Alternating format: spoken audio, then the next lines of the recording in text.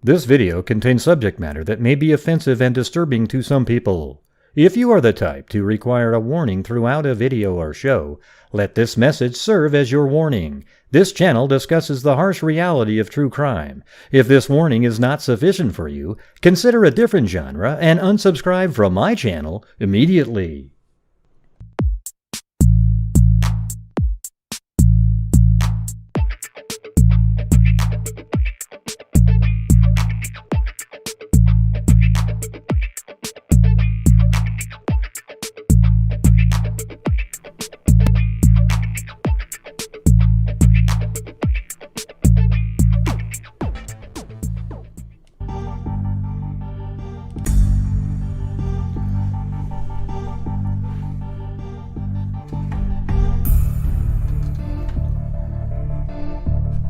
Hey everybody, no countdown today.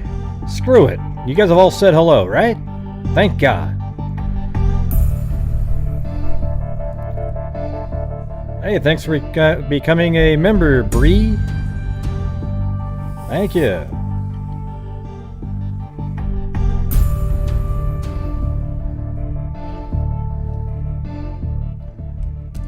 Yeah, I was just watching those hearings in Detroit.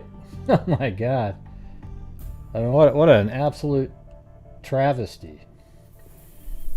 I mean, just there's this one city council woman up there, just a total pile of shit. I mean, just unbelievable.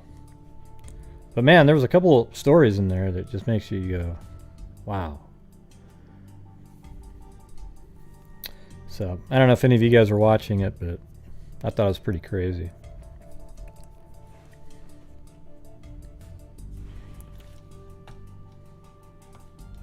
Okay, I'll put you guys back on hold. The hellos are still coming.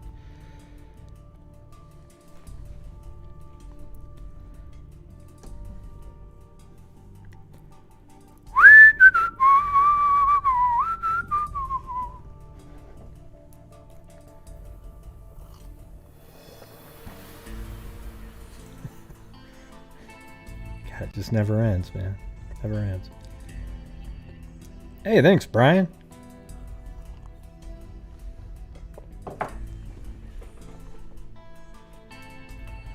Yeah, you guys should go back and watch the very first witness from today. She was a lady, been a citizen for 35 years, from India. All three of her kids are doctors. She's an engineer, it sounds like.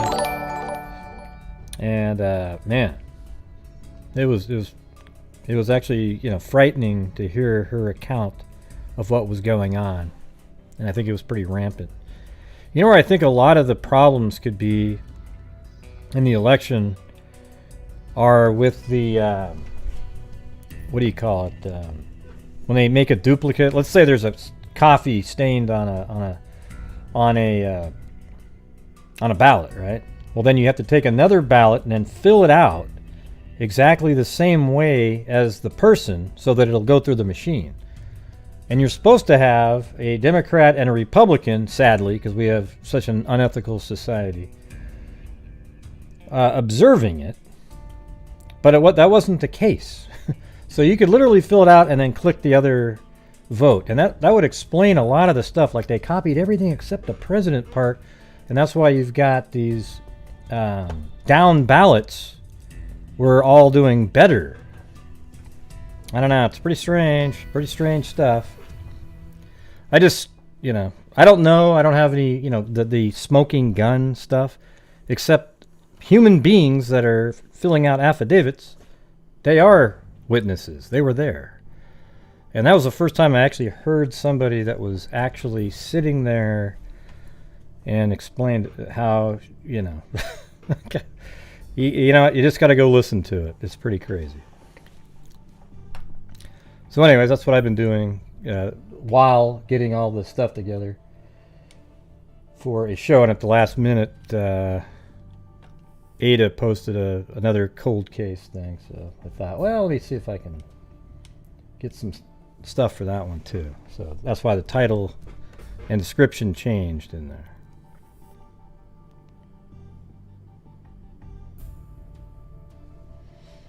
Yeah, I don't know what's going on. So hold on.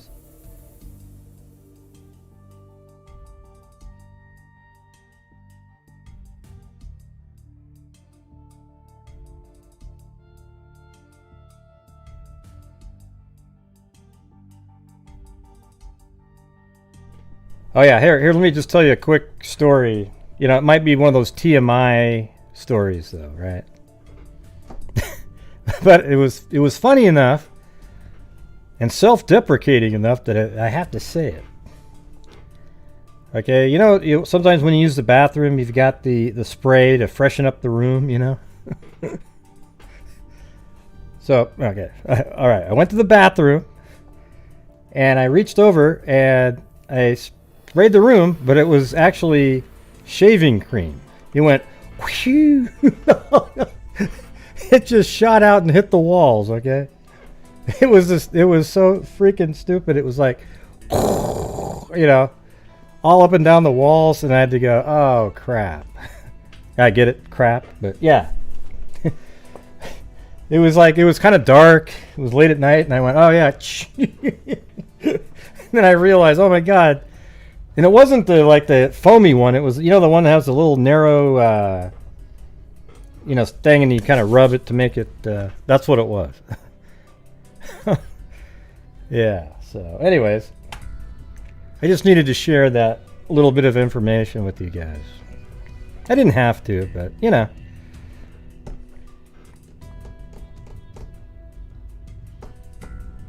Your data? Wow. You need to go get a, you know, I don't know if you guys have tried it, but Comcast has cell phones now, and it's so cheap. It's like $50 a month for unlimited everything. And they use the, what is it? The, I don't know, was it Verizon? What? Yeah, isn't Verizon the really big one? They use like their cell towers. Also, if you guys, if any of you are out there, and I don't work for any of these companies, if any of you guys out there are, now you have a home that you haven't refied, you should go do it. Because right now, and I don't have a, you know, I'm not selling a product or anything. But man, it was like, I remember I had a 4.375 rate, and I thought, okay, that's pretty good. And then they called me up and said, hey, yeah, we can do 2.875. And I said, I mean, for a 15, right? And they go, no, that's 30. Couldn't believe it. Let's say, you know, you can save yourself $300 a month, pay the same amount of mortgage, and you'll be paying off $300 more a month every time you make a payment. So there you go, everybody. The words of wisdom. Don't spray shaving cream when you're trying to put some air freshener. And also, if you can, you should try to refinance your home right about now. If you have a rate in the 4s. If you got like 3.5, forget it. Yeah, you missed something funny there, Michelle. Apparently nobody's listening to that last part that I just said, though.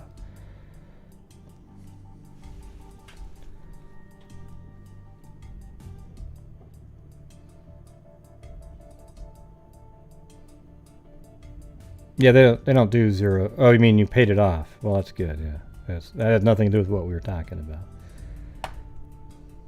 It's always good to pay it off, though.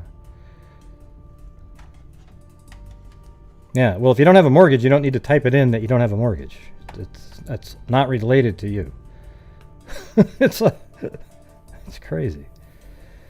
All right, everybody. I'm gonna get going on the cases here. I got some. 3 that are mentioned in the title. I'll do those in a little bit.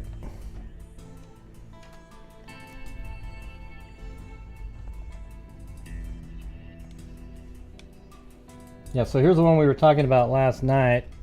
He shot me. I'm shot. Horrifying moment. Gun-wielding man fires 8 times at woman driving SUV and speeds after her when she drives away. Security camera footage captured a footage of Sterling Heights, Michigan on Saturday. The incident took place outside the Park Place condominiums. The clips show the woman backing in an SUV when a pickup truck blocks her. A man holding a gun then exits the pickup and starts firing at her. So here was that again. After the ad, of course. Come on, ad. I'm gonna have to turn down the volume because I don't know if the music is something. I always think it's cool paintings with people that look like that, with all the wrinkles and everything.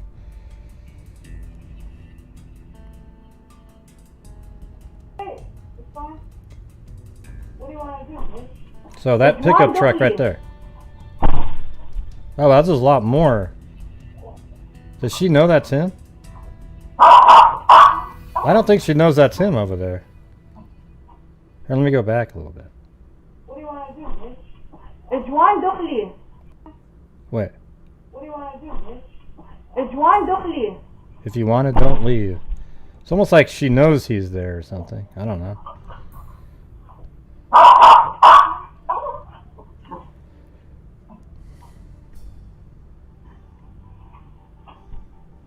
So this pickup truck over here. See, she's looking at something. I think she's looking at him right now. You see how her head was turned over there? Watch. See, she's looking at her. Now she's looking over here. And then now back at her. And now he's looking at her again. Oh, yeah, see?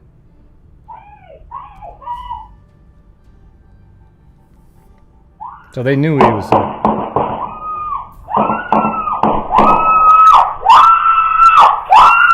Man, that's just so crazy. Hey, thanks, Richard Watts. God, he's going after her, backing up.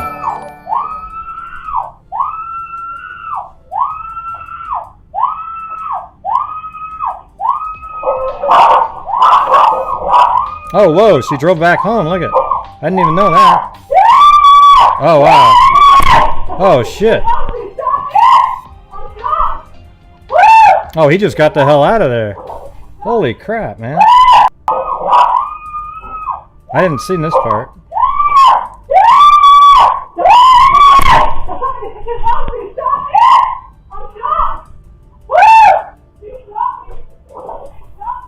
He shot me. Oh, wow, that's just scary as hell right there.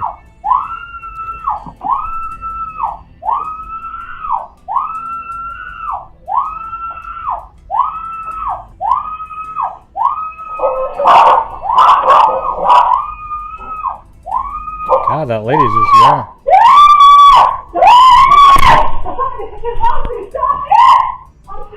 God, they're so lucky. They're so lucky he didn't come back at him again. You know, maybe he was out of bullets, though. He shot 8 times.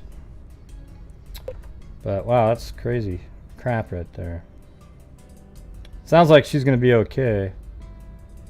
She was hit, but not too bad, it doesn't sound like. The woman was shot and injured in a horrific shooting. Wow. Anyways, glad she's okay, but, you know, lots of psychos out there. Lots of psychos. All right, here's one. Here's another case here.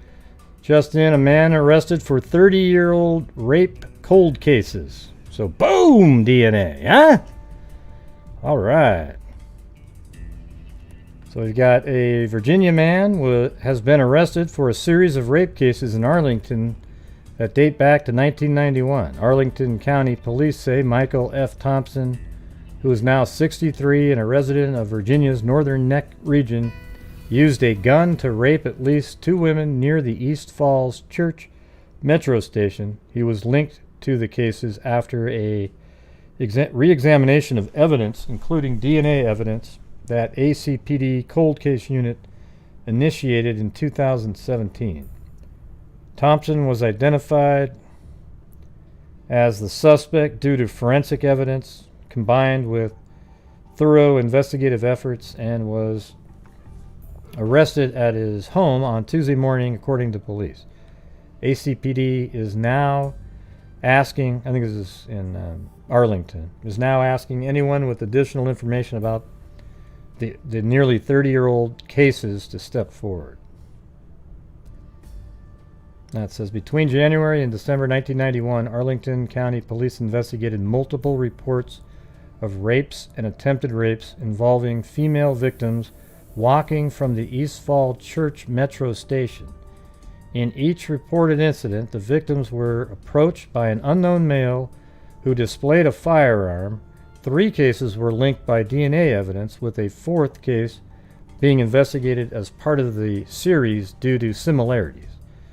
At approximately 6 p.m. on January 17, 1991, the female victim was walking home from the East Falls Church Metro in the 4800 block of Little Falls Road when an unknown male suspect approached her and brandished firearm and forced her into a grassy area between 2 homes. The suspect raped the victim before fleeing the scene on foot. At approximately 7:40 p.m. on February 13th, so about a month later, the female victim was walking from the East Falls Church, yet again, Metro, to her parked vehicle in the 2300 block of North Tuckahoo Street when she observed the unknown male suspect walking towards her. The suspect brandished a firearm, forced the victim to the side of her residence where he raped her before fleeing the scene on foot. So similar, in between, side of a house. And then, let's see. That's interesting, isn't it? 17th to the 13th to the 6th. So that's 13th January, that would be 14 plus 13, 27 days. And then you go from the 13th, which would be 16 plus 6, that'd be 22 days. Looked like almost a similar, a week, 3 weeks-ish kind of thing. At approximately 10 p.m. on March 6, 1991, the female victim was walking home from the East Falls Church Metro in the 6300 block of Lee Highway when she was approached by an unknown male who alleged to have a firearm. The suspect forced the victim to the back of a nearby residence and directed her to remove her clothing. The suspect placed the firearm to her head and told her to be quiet. The suspect then asked the victim if she wanted him to leave, and when she said yes, he fled the scene on foot. Wow. Wait, so the suspect placed the firearm to her head and told her to be quiet. The suspect then asked the victim if she wanted him to leave, and when she said yes, he fled? The hell? That's the craziest thing I've ever heard in my life.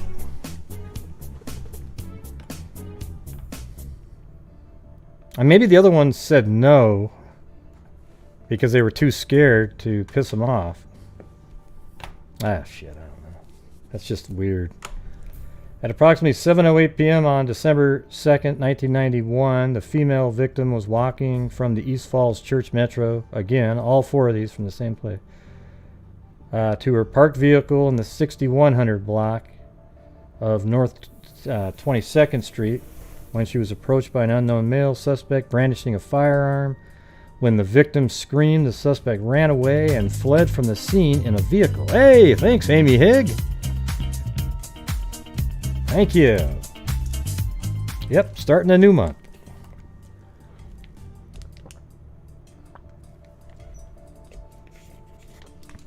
Yep. Hey, thank you.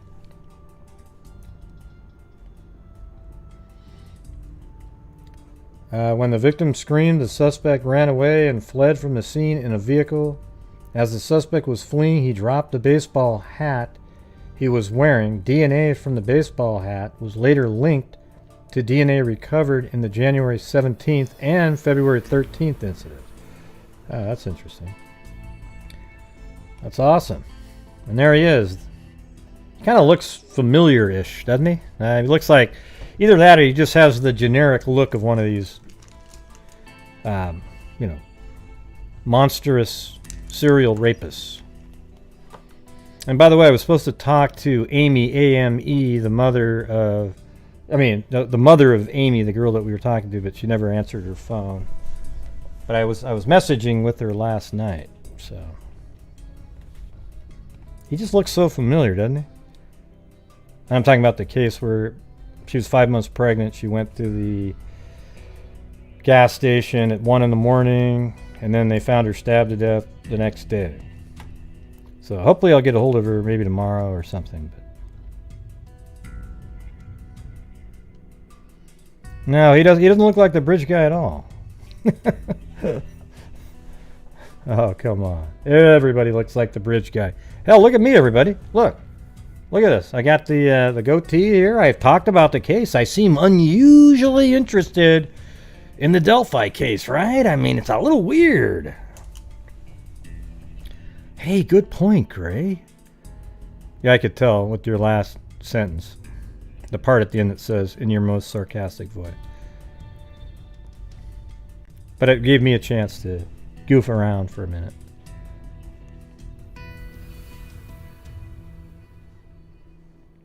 Yep. All right, well, good for them. They caught that guy. And then, let's see, what do we got on this one?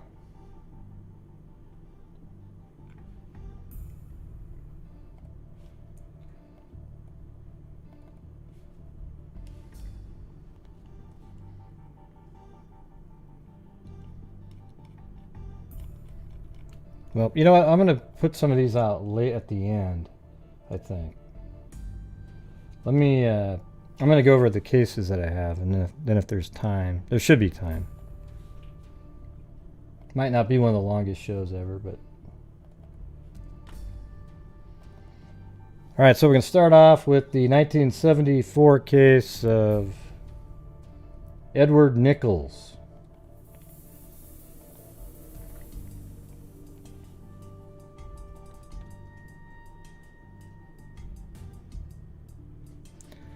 A wild pigs hamper search for a hunter.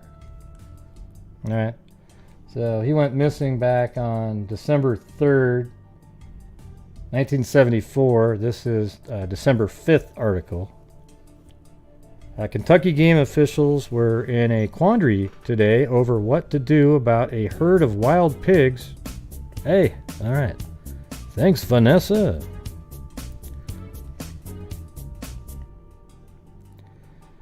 Kentucky game officials were in a quandary today over what to do about a herd of wild pigs hampering the search for the missing hunter along the Ohio River near Big Bone Lick State Park. Let's go. Let's see where that is.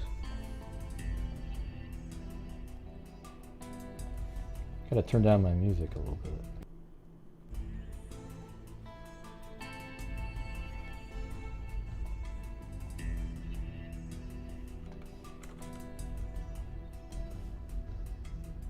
Yeah, I think no, I've got him right here. All right, so we're going to go to the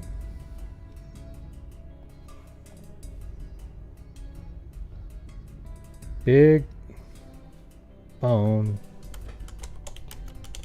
Lick State Park. There can only be one of those. If there's two of those, I'm going to go play the lottery. All right, so he was just in this area.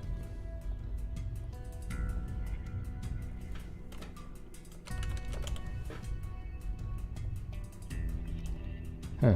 Not even really that big of a park.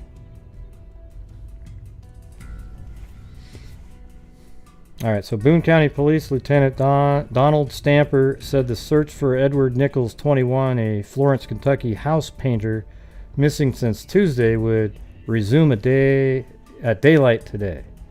He called off the search at dusk Wednesday night in the wild, heavily wooded section of about 10,000 acres after rescue workers sighted a herd of about 40 of the animals. So they're over there killing all these wild boar. I mean, hell, maybe this guy got killed by a wild boar. Who the hell knows? Lloyd Merida, 30, and Bob Burgess, 37, of Verona, shot and killed two of the pigs Wednesday when they charged. Police officials speculated that Nichols might have been attacked by animals. A patch of blood found near where the pigs were shot was sent for analysis. Regional Game Warden Atlas Lynn said he would be in contact today with Arnold Mitchell, Commissioner of the Kentucky Department of Fish and Wildlife Resources. There is a dispute about the kind of animals involved He said he was uncertain whether the animals were protected by state law. There's no hunting season for them. Lyon said he believed they were juvenile. Javelina, a wild pig native to the deserts of the Southwest. He said they had been introduced years ago in Kentucky, but did not know they were in the northern Kentucky area. However, Ed Maruska, director of the... Anyways, they're trying to kill these boars that were, causing danger for the people searching for this guy. So then 4 days later... The fate of a 20-year Florence, Kentucky man who disappeared while hunting nearly a week ago is still unknown, although 2 developments were reported over the weekend. Boone County police said a hunting companion of Edward Nichols, the missing man, has agreed to take a polygraph test Tuesday. David Stites, 20, has been questioned regarding the disappearance of Nichols last Tuesday. A bone found Saturday has been sent to a Cincinnati research laboratory to determine if it's human. It was found in northern Gallatin County near the Boone County line. It was located some distance from the 10,000-acre Big Bone Lick State Park, which was the site of an extensive search for Nichols. The discovery of ferocious wild pigs in the rugged backwoods county led to fear Nichols may have been attacked. Yeah, so this is, I'm reading a 1975 newspaper article. Now it looks like it stopped right here at the parking spot. So that's the park. I'm sure it looks a little different now. I guess we could probably see what it looked like in 1993. Does it change much? Not dramatically. A little different wooded structure in 73, but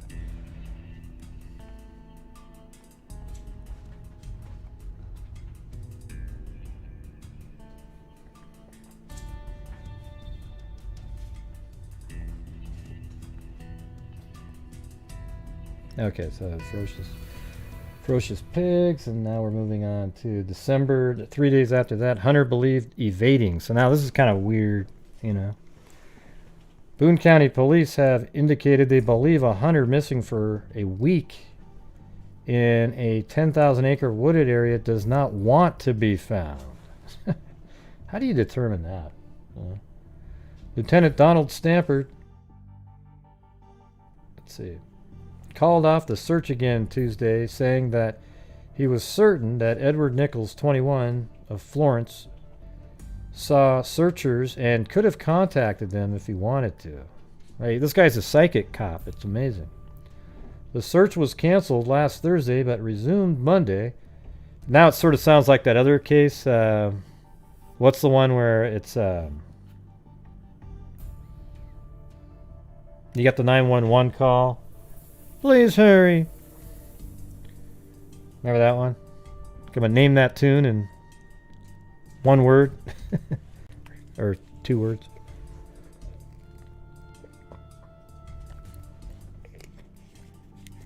What was that again? Because when I started talking to him.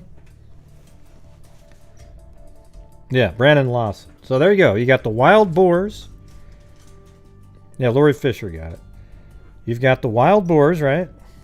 And then now you've got police saying that they could see, he saw him, but he didn't come, just like they said in the Brandon Lawson case.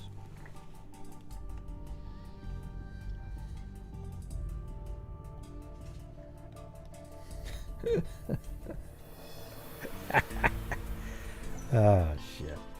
The search was canceled last Thursday but resumed Monday when 2 hunters reported seeing a man they later identified through photographs as Nichols. He fled from them, they said, but lost a pair of socks.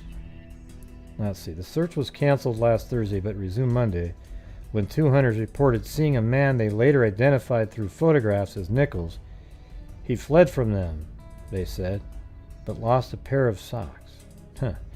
David Stites, 20, Florence, who first reported Nichols missing, said the socks were the type worn by Nichols when he disappeared near the Boone Gallatin County line. Yeah, so this is like 9 days later. It said, a young Florence man who accompanied another man who disappeared on a hunting expedition.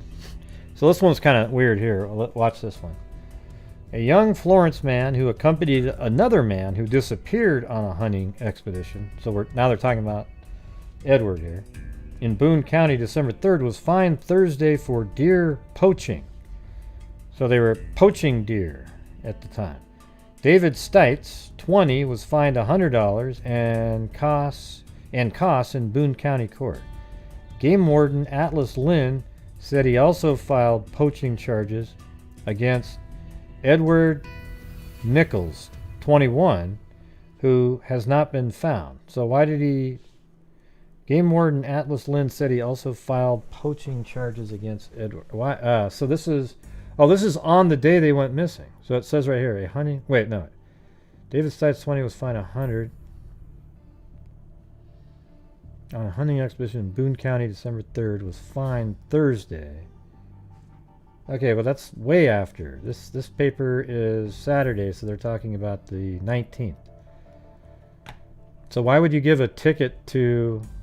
Let me just see if there's more explanation. I mean, he's not even found. How would you know to give him a ticket? Game warden Atlas Lynn said he also filed poaching charges against Edward Nichols, 21, who has not been found. Lynn, meanwhile, said the Kentucky Department of Fish and Wildlife Resources has taken over the problem of wild pigs found in the area where Nichols disappeared. Lynn said searchers shot 7 of the 30 to 50 pound pigs when the animals charged. He said there might be as many as 50 of them in the area. I'm kind of trying to figure out why a guy that's missing would get a poaching ticket. Game warden Atlas Lynn said he also filed poaching charges against Edward Nichols, 21. So maybe that was before. They're just not being specific about it. All right, and then Kentucky State Police. This is on 1975, the next year, but not too many days later, January 4th. Kentucky State Police said their search and investigatory resources have joined in what so far has been an unsuccessful hunt for a missing northern Kentucky deer hunter. Obviously, he must have been poaching, right? State Police Captain Dale Fortner, commander of Post 6 at Dry Ridge, said state officers entered the case yesterday after learning that the family of the missing hunter had requested state police assistance almost a month ago. The hunter, Edward Nichols, 22, of Florence, has been missing since December 3rd, when he and a friend, David Stites, 20, also of Florence, went hunting for deer out of season in a rugged backwoods section of western Boone County. Fortner agreed to enter the case yesterday at the request of Nichols' mother, Mrs. Lillian Nichols, 56. Let's see. Friends and relatives of the missing hunter, included Miss Nichols, have been critical of the county's unsuccessful on-again, off-again search efforts. You know, you don't even know if he ever made it to the park, right? I mean, you got this friend. I mean, who the hell knows who this guy is, right? Stampers said that Nichols' hunting partner Stites recently passed a 3.5-hour lie detector test. That's the guy. Concerning his story that he last saw Nichols going into the woods to hunt at about 9 a.m. Stites recently was fined $114 for hunting deer out of season, and similar charges are awaiting Nichols on his return. Last week, a warrant for Nichols' arrest was signed, so that might be why they think he's hiding.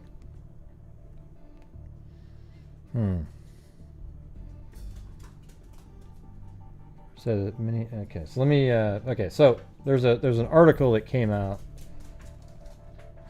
today.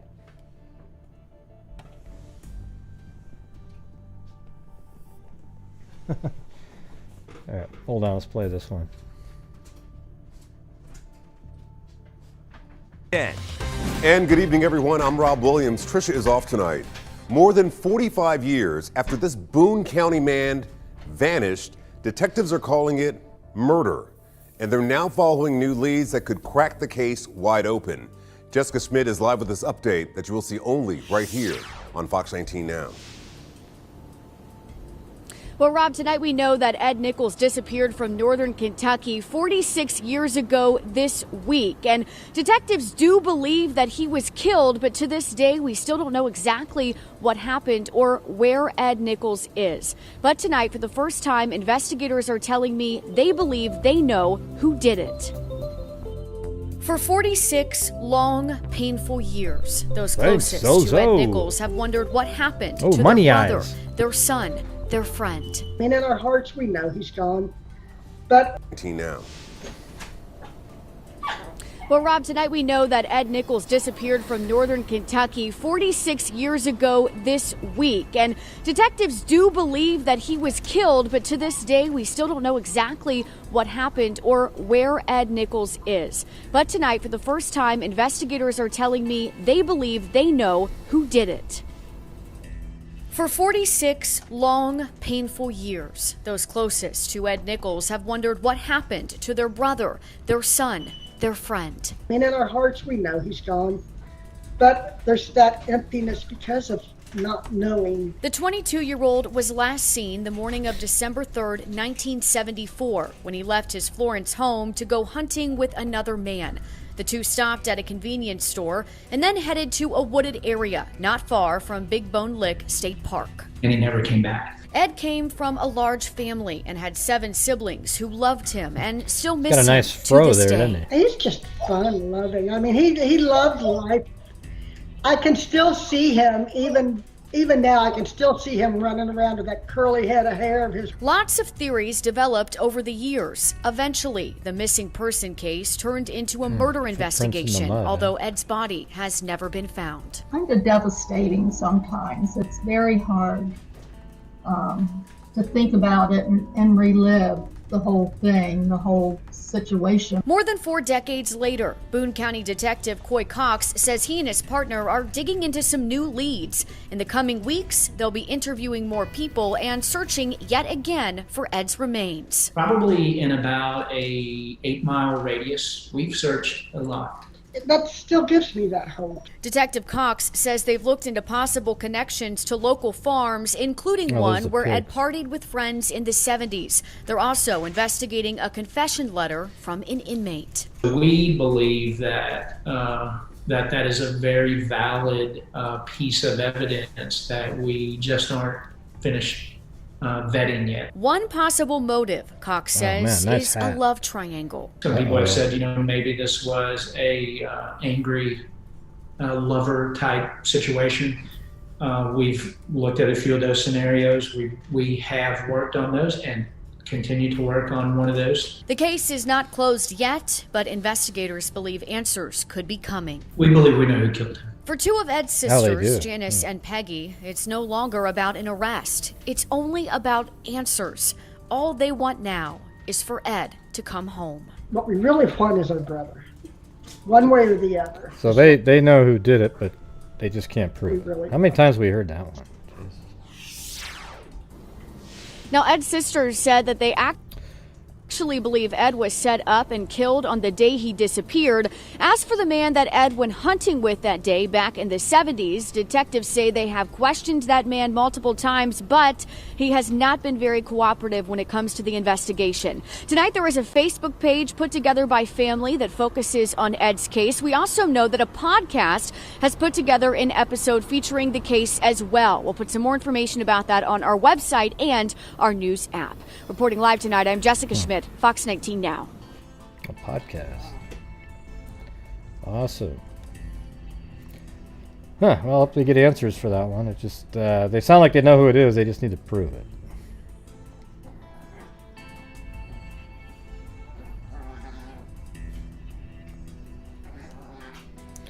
And yeah, let's see.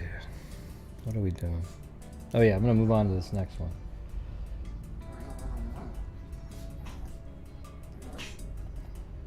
Yeah, this is one I don't really have.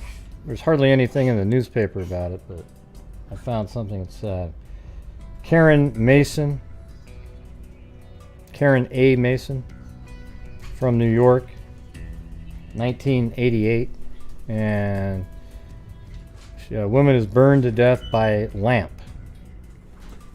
A Queensbury woman whose severely burned body was found outside her father's home in the southeastern Hamilton County town early Monday. So it says this town. So it must be Hope, the town of Hope. I just couldn't find the father's home in that town. The body of Karen A. Mason, 32, of the Robert Gardens Apartments and Hadley. Let's see, I think I had some of that.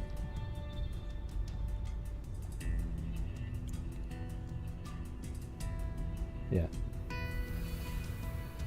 Yeah, so the thing is, her father, this is way up in New York. Yeah, the house over here that I could find, but this is apparently near this town of Hope, so I really couldn't, I just really couldn't find an address that they, where this took place.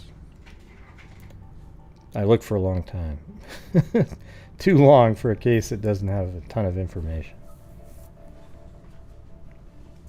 Yes, everybody, and don't forget, this is a new month. We are still raising funds for the charity at the end of the month. Just pretend I'm a cup of coffee sometimes. Or a steak, a prime rib, something like that. Because what I do at the end of the month, I take all of the super chat donations, all of the channel memberships, any ad revenue, and then I donate to charity, and that's why we're able to do, we've done $20,000 so far this year, all right? And it's always up to you guys to make it happen. Without you guys, it wouldn't happen, and, it also helps support my channel as well. All right, so the body of Karen A. Mason, 32, of the Robert Gardens Apartment, and a Hadley Luzerne High School health teacher was found shortly after midnight by her estranged husband, Kearney Mason of Hadley. Trooper Robert Armit said. Hey, thanks, Allie Cake. There you go. There's the cup of coffee. State police are still investigating the death, but have ruled out foul play, and suicide investigator John, let's see. So, well, here's what I don't, it just sounds stupid. It says state police are still investigating the death, but have ruled out foul play and suicide. So you just think it, okay, so what you're saying then, you've ruled those out, so what is it? An accident. Right? But how did you rule out foul play? Like, you don't have a clue if it's foul play or not.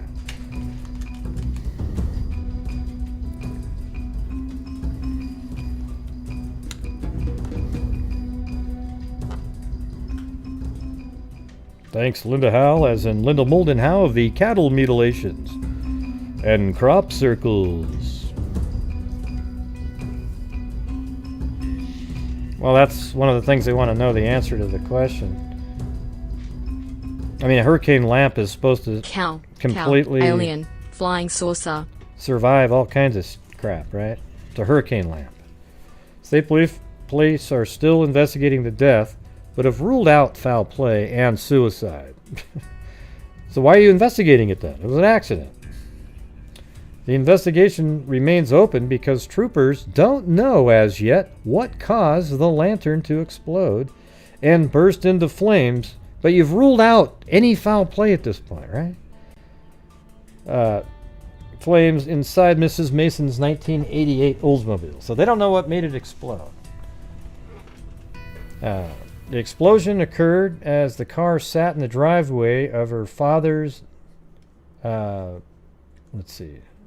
father's home near County Road 143. I couldn't even find a Road 143 in that area.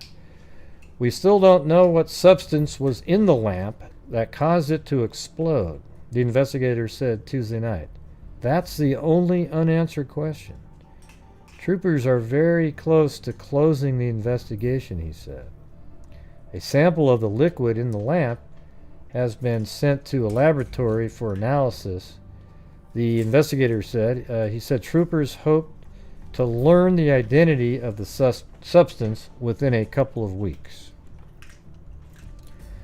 The woman had been the driver of an automobile that crashed into a Sherman Avenue garage. Let's see. So what's this one? The woman had been the driver of an automobile that crashed into a Sherman Avenue garage in Glens Falls early Friday morning. So this is Wednesday. Monday. So she was involved with something else. The woman had been the driver of an automobile that crashed into a Sherman Avenue garage in Glens Falls early Friday morning, virtually demolishing the structure, a report by Glens Falls patrolman Terry Smith said. Police said they made the ruling Tuesday based on a statement by a man who said he witnessed the accident. There is no apparent connection between that incident and the incident that killed Mrs. Mason. That's just crazy. Jeez, you destroy a car and then 2 days later you're dying. The Sherman Avenue accident involved a 1977 Buick registered to Mrs. Mason. Warren County Sheriff deputies recovered that car Sunday afternoon on Veterans Road in Queensbury. He said police had not known the identity of the driver. So they just sort of found the car there? There's no apparent connection between the incident and the... So she must have just gotten the accident and then left. Recovered that car Sunday afternoon on Veterans Road in Queensbury. He said police had not known the identity of the driver. Or maybe she drove off and then they recovered the car. The car was recovered about 9.5 hours before Miss Mason's body was found by her estranged husband, state police said. The body was found... I don't know, man. Those things have to be kind of related somehow.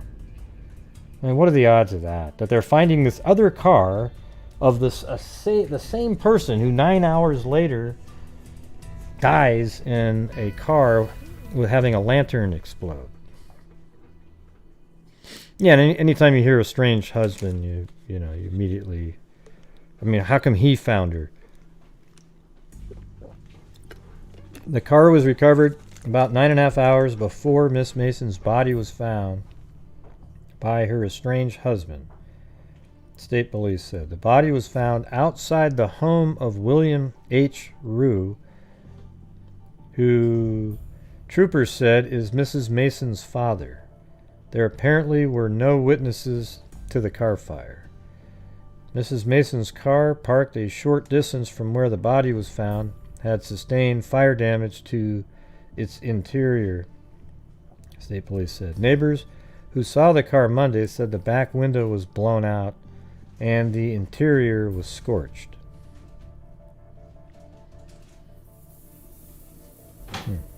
Miss Mason had owned the car no more than 10 or 12 days, Sierra said. The vehicle had been driven fewer than 1,000 miles.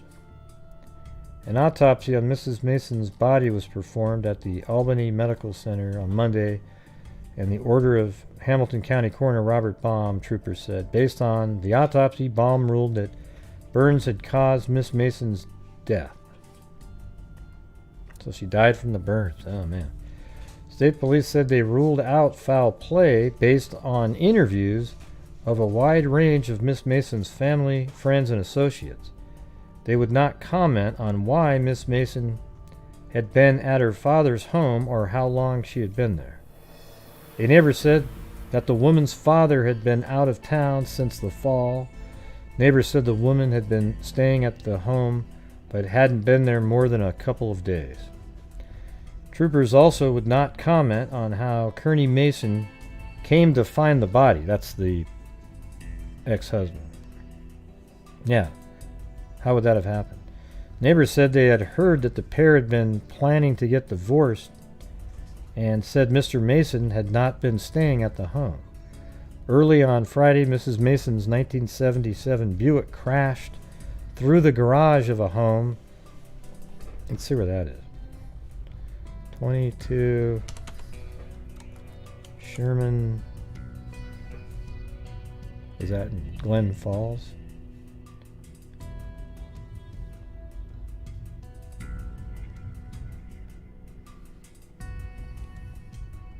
Yeah, Glens Falls, yeah. So that is it.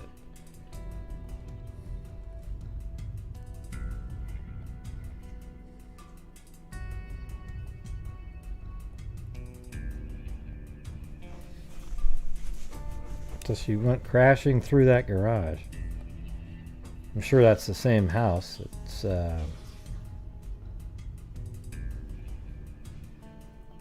how's that look?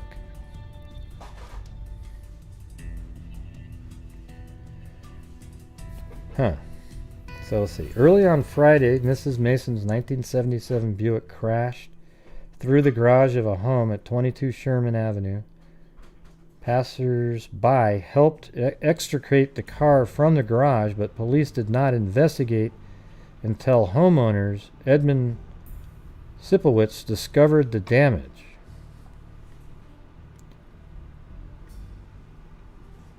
Let's see.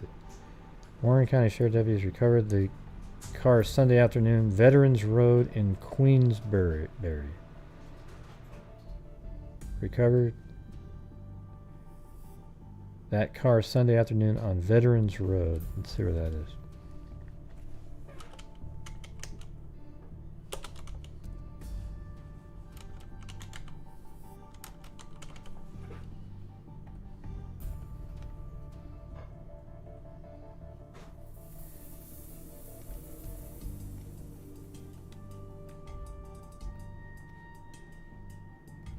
I forgot to. So her car was found over here somewhere. And then the other one was 22 Sherman. It didn't seem like it was far away based on how that flew. Yeah.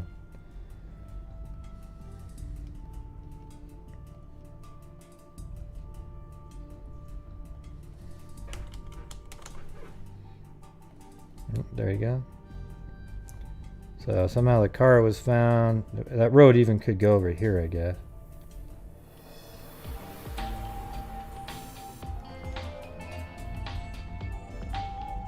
Thank you, Andrea Ruggiero Drum.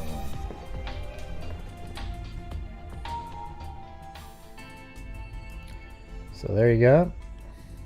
I wonder why it was just found over there. Huh. This is a weird one, isn't it? Like, what's going on here?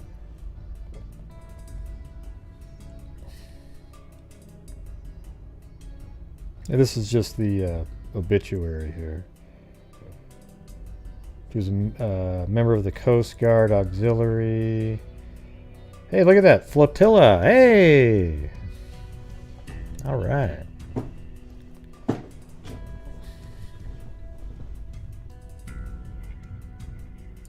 A body life support instructor of the American Heart Association. I found the father's name is William. Well, no, yeah, it was William. Right here, William Rue. I just couldn't find. I think I found him, but I couldn't find the address in that town. They do have a house. He had a house right here, or she lived in this right here, Robert Gardens Apartments.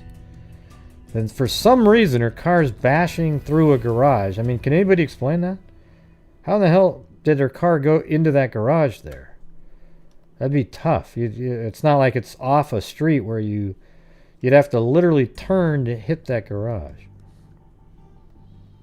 You know, I just find it like it has to be related somehow.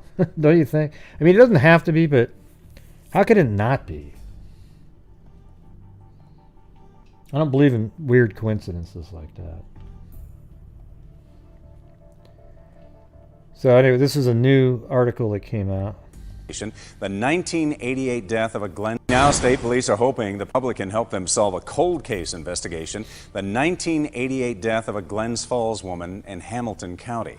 32-year-old Karen Mason was found dead by her estranged husband on May 7th of 1988 in the town of Hope. But she had been living in Glens Falls at the time of her death. She was last seen a day earlier by her boyfriend, and the circumstances surrounding her death are considered suspicious. On May 7th of 1988 in the town of Hope. Yeah, Hope. But she had been living in Glens Falls at the time of her death. She was last seen a day earlier by her boyfriend, and the circumstances surrounding her death are considered suspicious. With no leads, Oh, that's right. See, here's the thing. She has a boyfriend and an estranged husband. So that's never a good combination. So that was one of the things. Hoping to speak with anyone who had contact with her in the days leading up to her death. I don't think the boyfriend would have anything to do with it. I mean, the scenario where a boyfriend would have something to do with it would be they were together. She kept promising. Also, the Amsterdam Library will be. She kept promising to leave him, and they were supposed to get a divorce, and then she goes, well, you know what, I'm going to get back together with him. But I don't know. This sounds more like a planning situation where it was really planned out, and the Cobras that we talked about, where he methodically planned it out. You kind of want to know why they were getting a divorce now, that kind of thing. The estranged husband seems like a pretty good source. You know, he's the one that found her, and he was so happy how well he planned it that he was even willing to be the one who found her. Oh, look, it's crazy, this lantern thing. It just sort of blew up. And it worked, too. I mean, look how long it's lasted. New York State Police continue the cold case investigation into the 1988 death of Glens Falls woman. New York State Police said on May 7, 1988, Karen Mason Rue, 32, was found dead by her estranged husband at her father's seasonal home. Oh, there you go. Maple Grove. I was kind of wondering if that was one of those. Maple Grove Road. Let's see if we can. Now we can get a little bit.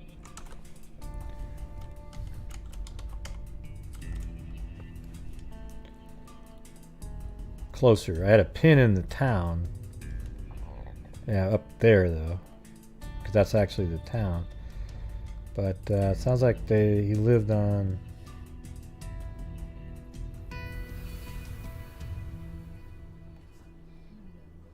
Maple Grove. Does it just see? It doesn't. It's not Maple Grove right there. It's not over here. So Maple Grove Road starts right there, and then does it continue to be that? Like over here.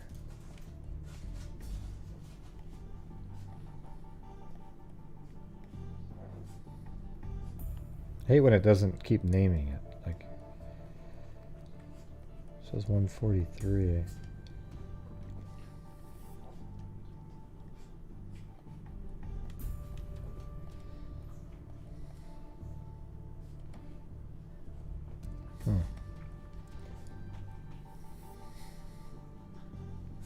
Now they don't have Street View there anyways.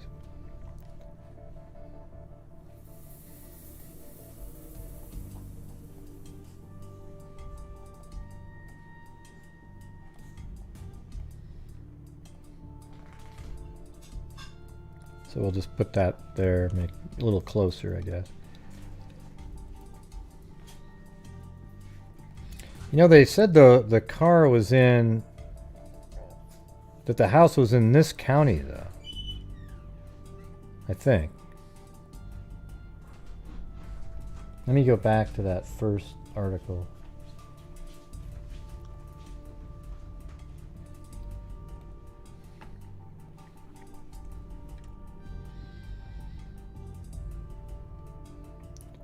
Body, let's see, Karen's apartment, afternoon, strange husband.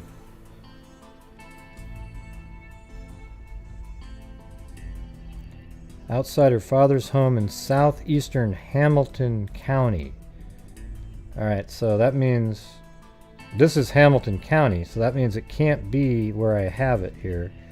But if you look at that road, it continues up, and that means it just barely goes up into that area. So you can have to, now I can move it and be more specific.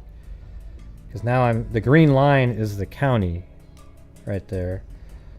And so that means it's more over in this area. Because now we're in Hamilton County.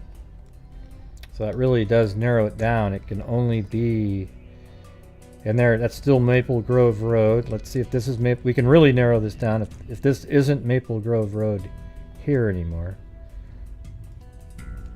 Let's see what happens if I, well, they don't have street view. Ah, God, that sucks. Okay, so this road is not, this is Rue, wait, wow, Rue Road. well, that's got to be where he lived. I mean, that's his freaking last name, for God's sakes. Or maybe they named the road after the girl who died there. Isn't that weird? Because that's Rue Road, R-E-W Road. Do you think he lived on that road, or do you think they named that road after her from dying there? What do you guys think?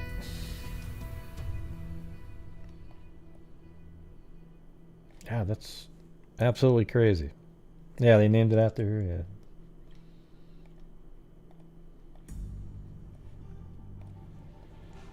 So that's Rue Road, and then... Now, this is still Maple Grove Road here. So, I guess it could be anywhere along this road. Probably from... Basically from right there to here. But because they're naming this road after her, maybe she's just right there, I guess.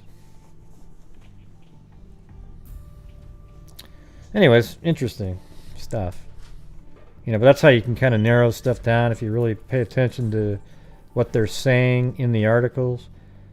Because in my mind, I knew it was in that other county, and then I went down and said, okay, the road extends into it, and then all of a sudden you've got Rue Road right there.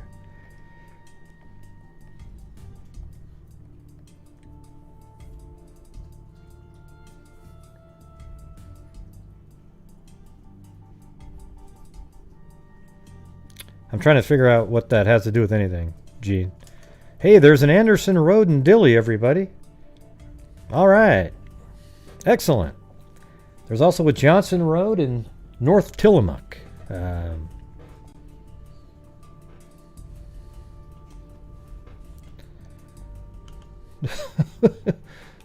I'm just trying. I don't even know what that means. You know, it's like, okay. So that's it. Yeah. They obviously don't think. They must have determined at a later date that she didn't die accidentally, or they wouldn't still be looking into it, right? So those people who originally said, "Oh yeah, we ruled out it being foul play," probably they feel like idiots at this point.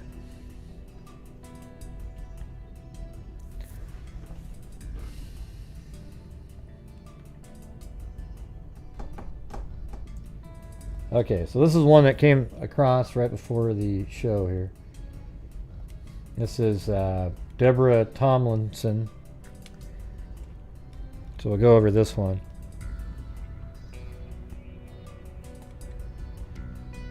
City Police Chief Ben Myers admitted Tuesday his department should have offered... Let's see.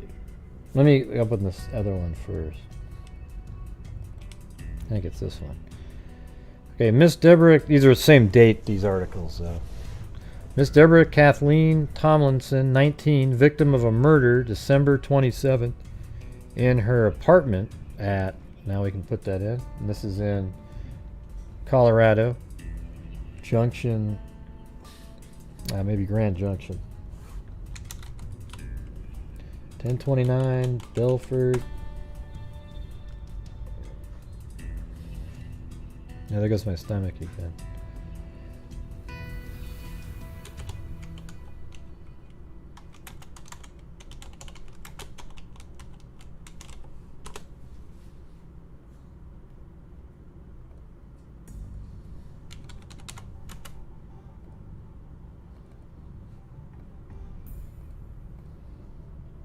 All right. Belford in. Let me try. Yeah, I think that's it right there.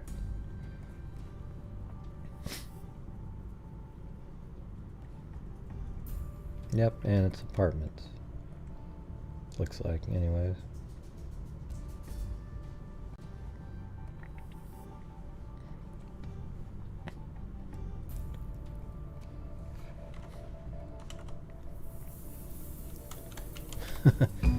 Thanks, Lee D. It's come to a screeching halt tonight. So thanks for something. Appreciate it. Alright. I think that must be, that's probably a hotel right there. Maybe it was, okay, yeah, you can tell that's an apartment.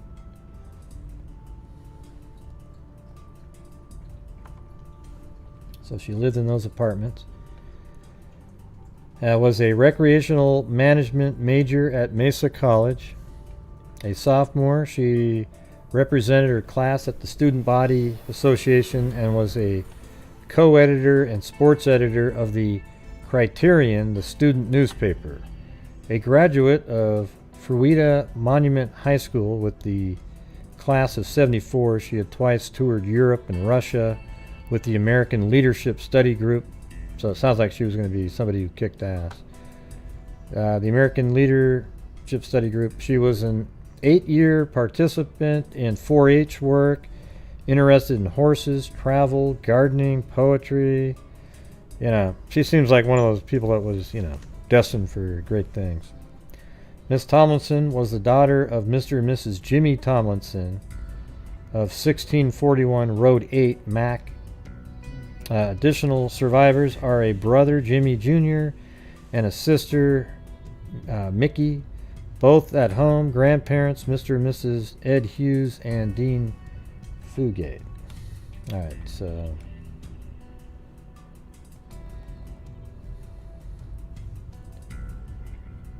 this is the same day here. City, let's see, December 31st, 1975. Yep. City Police Chief Ben Myers admitted, and she actually, but she got killed though on the 2nd. There just wasn't a lot of articles in there. City Police Chief Ben Myers admitted Tuesday his department should have offered more information to the State Patrol Saturday night after the murder of Deborah Kathleen Tomlinson, 19. State patrolmen heard about the murder quickly only because a private citizen who owns a police radio called their headquarters. The communications breakdown was a problem because a state patrolman had arrested a motorist he thought may be a prime suspect in the killing. Miss Tomlinson was found murdered about 6 p.m. in her apartment at 1029 Belford. By 10 p.m., the state patrol had not been officially informed of the case by city policemen despite repeated requests for details. The State Patrol's problem in getting information that night are spelled out in detail in the unit's blotter. Myers, while conceding more information would have been released and quicker, said the State Patrol should have, while conceding more information should have been released and quicker, said the State Patrol should have handled the investigation into the motorist story and not dumped the responsibility onto city police. Hey, thanks, William Wright. The man Richard W. Clifton was later cleared, so Richard W. Clifton was later cleared of any involvement in the case, but when he was arrested on a drunk driving charge at 7:43 Saturday in Plateau Canyon, the arresting state patrol officer noticed he had scratch marks on his face. Oh, man. So there it is, Richard W. Clifton. He had scratches on his face after he was arrested for drunk driving. This is what followed according to the state patrol log. State Patrolman Earl Grobley brought Clifton to the Mesa County Jail about 8:30 p.m. and contacted city police to see if the man was wanted for questioning when Groblib, I don't even know if that's how you say it, but Groblib, so never said that name in my life, specifically asked about the murder. Police offered no information. Curiously, city police had been to State Patrol headquarters on South 9th at 7:10 p.m. to borrow rope. Police didn't say... Okay, curiously, city police had been to State Patrol headquarters on South 9th at 10 p.m. to borrow rope. Police didn't say why they needed the rope. They actually wanted it to rope off portions of the murder scene. At 8:45 p.m., the State Patrol dispatcher tried to get information again from city police. A city dispatcher said a sergeant would call back. No one had returned the call by 10 p.m. Finally, after Mesa Jail personnel completed paperwork on Clifton, probably managed to get a hold of City Lieutenant Robert Kibler. Kibler brought Clifton's existence to the attention of other city investigators. Chief Myers said in an interview Tuesday that it was not normal procedure to contact other law enforcement agencies immediately following the discovery of a murder unless a suspect has been pinpointed, or if police believe the murder has taken place, has taken some object which may incriminate him. The murder has taken some object? You mean the murderer? Neither situation was present in the Tomlinson case, he said. I've always been one to really cooperate on this type of thing, Myers said. So it sounds like they didn't give the state police a heads up. Myers explained that most important element of homicide is investigation is to immediately seal off the scene and gather evidence. That was the reason it fell to a Sentinel newsman the duty of telling Jimmy Tomlinson of the death of his daughter by telephone. That happened at 7:40 p.m., long after newsman assumed the family had been notified by police. The newsman called to obtain routine obituary information from a family member. Oh boy. A television report the next day said a sheriff's deputy was just moments away from the family's home, ready to break the news of the death. That report proved to be false. So the family heard about the death from a newsman calling up to get the obituary information. Williams confirmed Monday that a deputy had never been dispatched. Myers said he learned Tuesday that Captain Ed Vandertook planned on telling the family in person by driving to the Mack home after Tomlinson spoke. I mean, it just sounds like just a total cluster F, you know. All right, so now about 4 months later, you've got these sketches.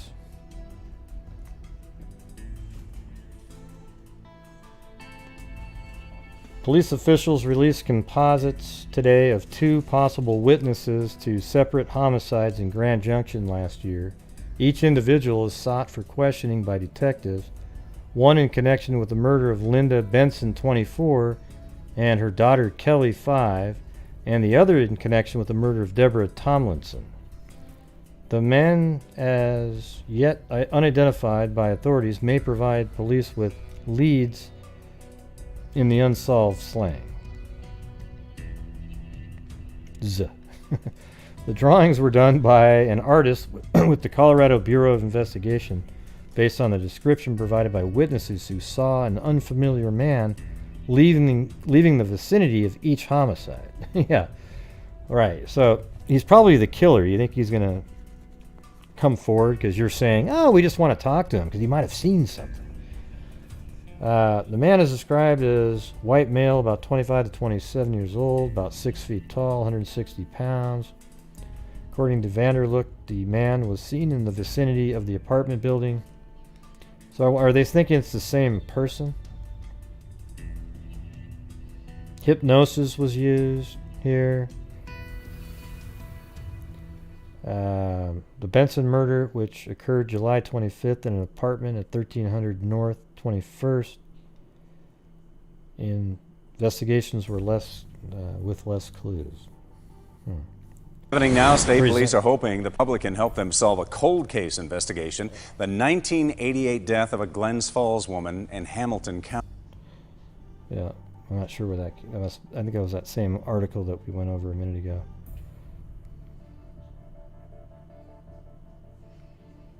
Anyways, there you go. No, it's not the bridge guy, everybody. It's not the bridge guy. Well, I didn't think so, Gray. His face was a little narrower. Oh, well, you don't have a clue. Okay. All right.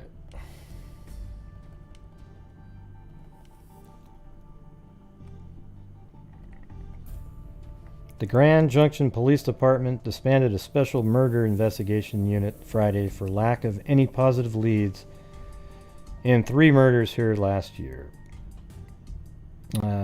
But that doesn't mean that the deaths of Deborah Tomlinson, 27, Lyndon Kelly Benson, July 25th, don't weigh heavy on investigators' minds.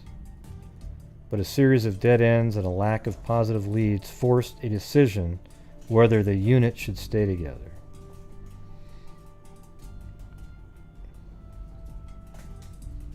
What to say up here? With the stabbing death of Mrs. Benson, 24, and her daughter Kelly, 5, ew, Jesus, in their apartment at 1300 21st, a witness claimed to have seen a man coming from the area of Benson's apartment. I wonder if they're related somehow. Alright, anyways, here we go. So, boom! This is one of those ones that was solved. You see that one? Cold case.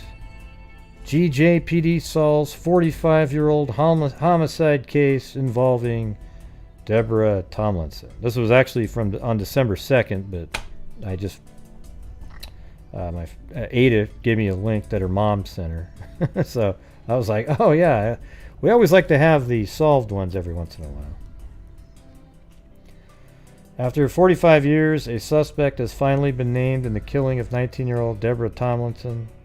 Back in 1975, Tomlinson was found dead in an apartment unit after being bound, sexually assaulted, and strangled. Up until now, there has been no suspect named in the case. Thanks to new DNA technology, the Grand Junction Police Department was able to identify Jimmy Dean Duncan. So that wasn't the name of that guy, was it? I was just kind of curious.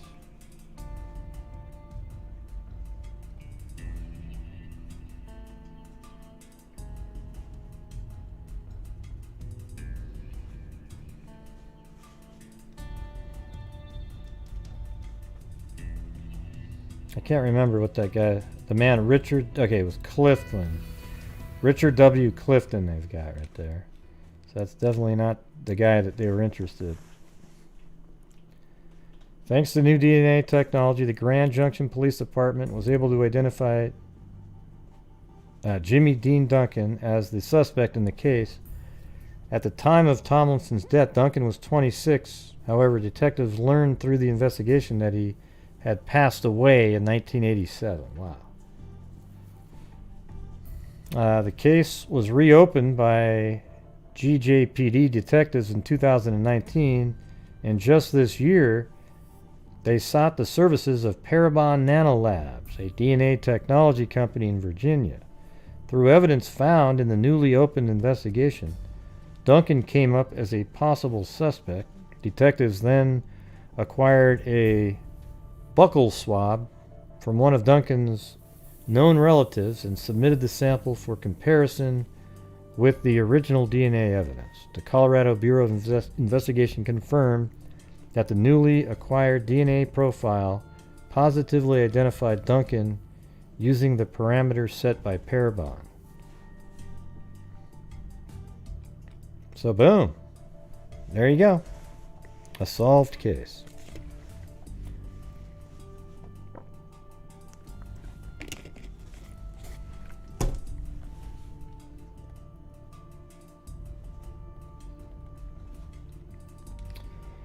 Anyways, I don't have any much more, by the way, and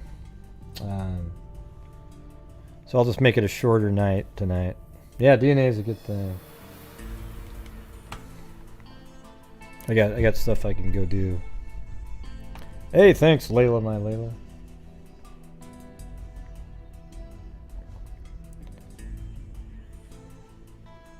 I did have those other. But what was the one I had below? I had the.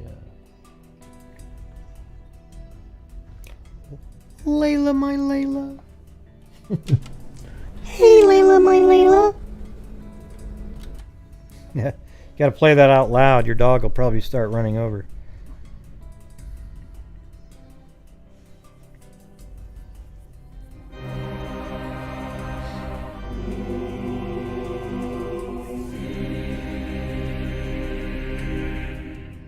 So sorry I missed Donation Night Gray.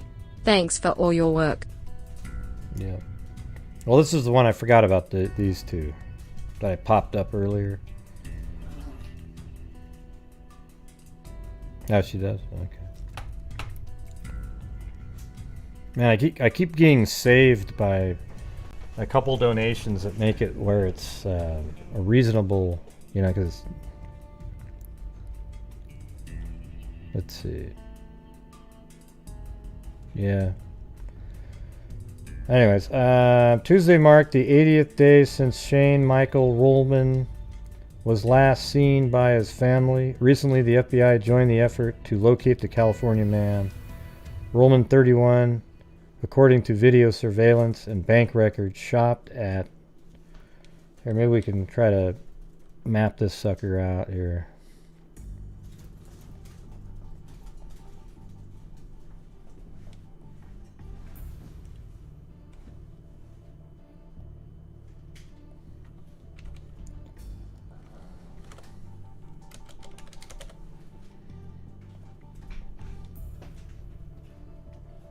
All right.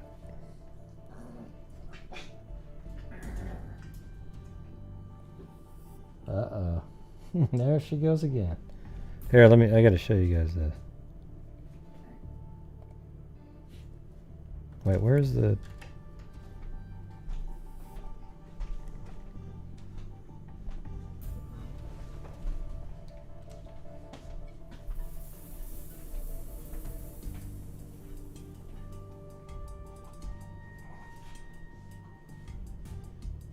See, that's all she does, man. That's all she does all day. Just biting his face, biting his legs, biting.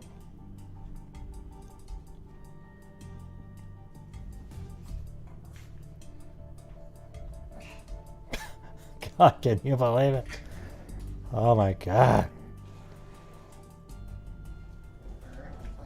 Oh, look at that. He put his... Yeah, that was a good move, Blue. Put his paw right on her head and... Oh, God. Look at this crap.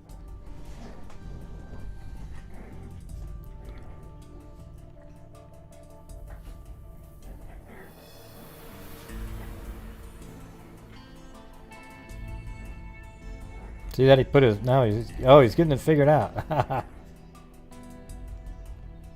think he's having fun, though, in a way, you know. He's not wagging his tail, but he's not running away either, you know. Like, he's letting her do. Okay, now we got the hell out of it. Okay. You. That was good. Yeah, he's sort of like, you know.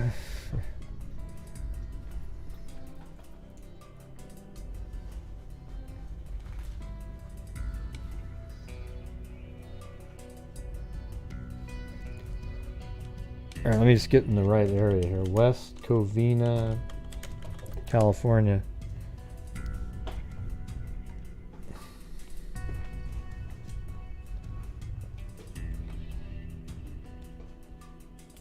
Wait, which case is this one? Oh, I've already talked about this one. When did I talk about this? I don't even remember all of a sudden. That's where his mom lives.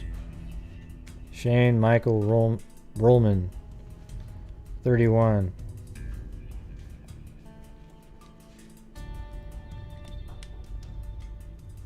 Okay, well, I mean, his face looked familiar. I just don't remember catching this one.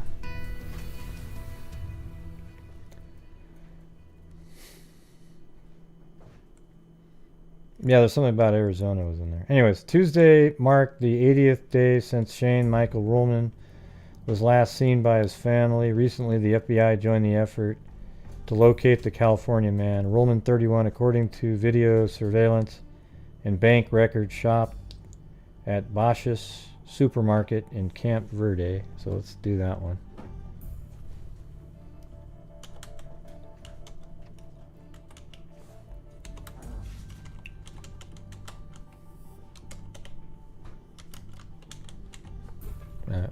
That's in Arizona.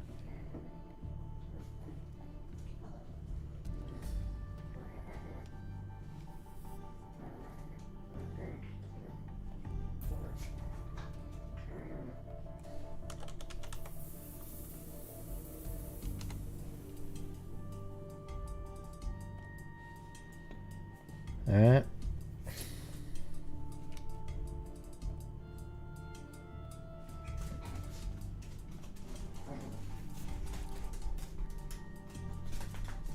Recently, the FBI joined the effort to locate the California man. Rohlman, 31, according to video surveillance and bank records, shopped at Bosch's Supermarket in Camp Verde and fueled up a Chevron gas station.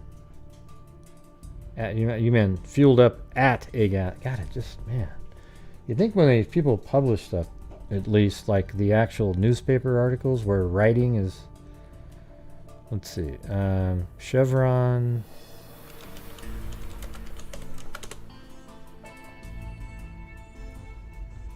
Okay, well there's a Chevron here and then there's one over there.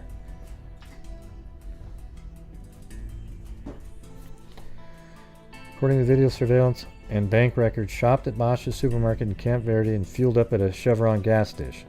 And that's all on September 13th. I bet you it's this one right here.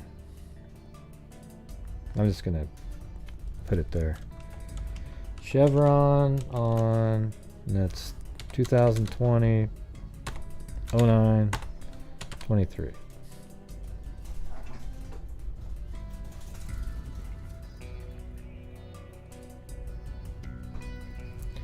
Shane Rohlman's car was found at the McGuireville rest area along I-17.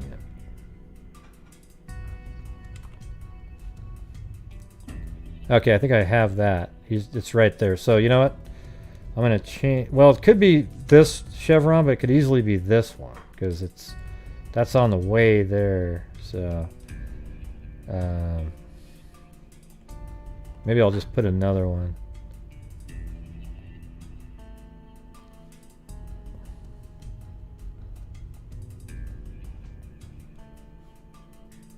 I'll include that one as a possibility. Because right here, that's right. I remember this one now. It even had Street View that showed exactly like his vehicle was parked there. And we had the image where it was completely lined up. Yeah, remember it was like this shot right here? And his vehicle was parked, I think, in one of these two spots. Hey, thanks, Andrea Rogero Drum. Hey, at least my dogs are putting out work that's worthy.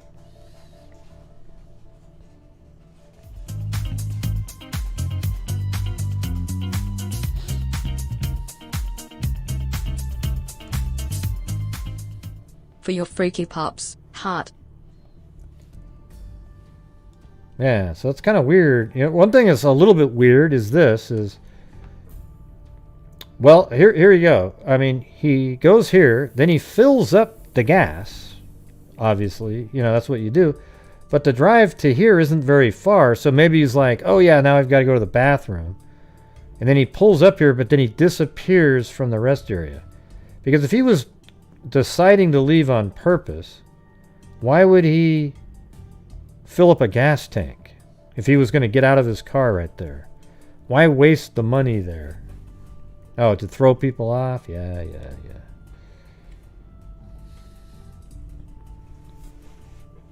His phone and computer were in his car. See, I think he got abducted at that gas station.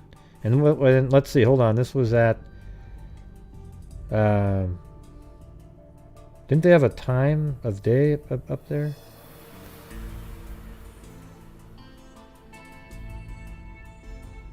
So that was the 13th. Shane Rohlman's car was found. Well, so here's the thing. His car was found 11 days later.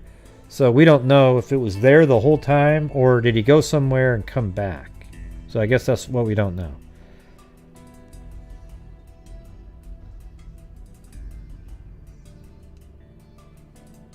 I think he must have gone there later because it was a long time ago. He could have stopped again, like he goes to the gas station and then he's driving. He goes, "Oh, I got to go to the bathroom." And it could have been that his car was there the whole time. It just wasn't towed because it is a rest stop, right? Like, you know, there's going to be cars there. And then somebody finally noticed, hey, you know, this car has been here, and then it got picked up. Because it could have easily been that he was at the rest stop there and was abducted or killed, something like that. I'd like to know what time these were at, though. Was it at night? Because then it would make sense. You know, maybe it was dark out at the time. Well, September, though, it's light for quite a while. Shane's father, Stephen, said both his grandmothers passed away within the past year and his mother, so he's probably could have been depressed. So both his grandmother and his mother passed away. Jeez. Stephen's wife nearly died from medical issues. Stephen Rohlman said residents of Camp Verde and other Verde Valley communities have been extremely helpful in trying to help locate Shane. Steve Rohlman and his wife Sherry came to the Verde Valley in September to meet with first responders. The community has been very warm and helpful to us, but we don't really know much to tell them about.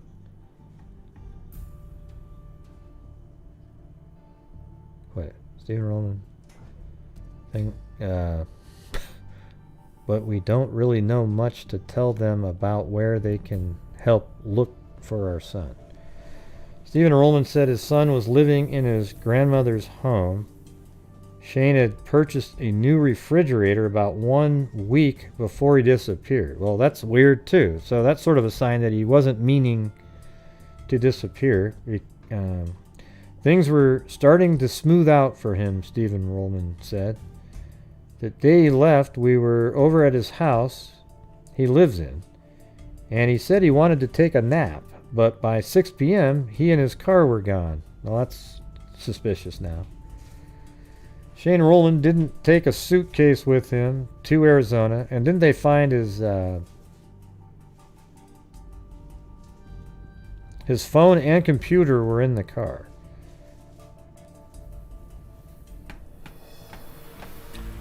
See, here's the thing is, what unnefarious way would there be here's the thing, unless he got out of his car right here and then walked way out in the woods, like down in this little canyon over here, and then blew his brains out. The only way that the car would be there is from nefarious means. Either he was abducted while he was here, or somebody got him somewhere else and dropped him off here. It's interesting that if he felt like let's say he wanted to kill himself because his mom died, his grandparents died, and he was just committed to doing it. Maybe he took a little trip to look at some things, and then I don't know why he'd pull up here to do this, though. And then he could have done it anywhere. He could have just driven back, taken this exit here, gone off into the, he could have done anything. Maybe he got out of his car here, left his phone and his cell phone there, and just walked way out here and shoot himself. But to me, it seems like, unless you think he killed himself in the mountains back there, his car is only there because something nefarious happened to him, right? Because what other reason would there be? Oh, yeah, a friend stopped by. Well, how come you didn't take your cell phone and your laptop with you? See, the fact that his cell phone, laptop, are in there. That's never good. The car is there 11 days after he was last seen. He either killed himself or he was abducted here or went somewhere else and was abducted and killed or something, and then the car dropped off here by somebody else and a car behind him picked up that person. Right? So you're kind of limited. There's 3 different scenarios here, and any one of them could be just as likely. I mean, obviously in that article they put for a reason that both his grandmother and his mother had just recently died. And then things were starting to smooth out. Well, that means something was really bad prior to that. And then there he was supposed to take a nap, and then the car went missing. So I think it's, you're looking at a scenario where he could have done something to himself. Definitely could have done something to himself. There's no doubt about that.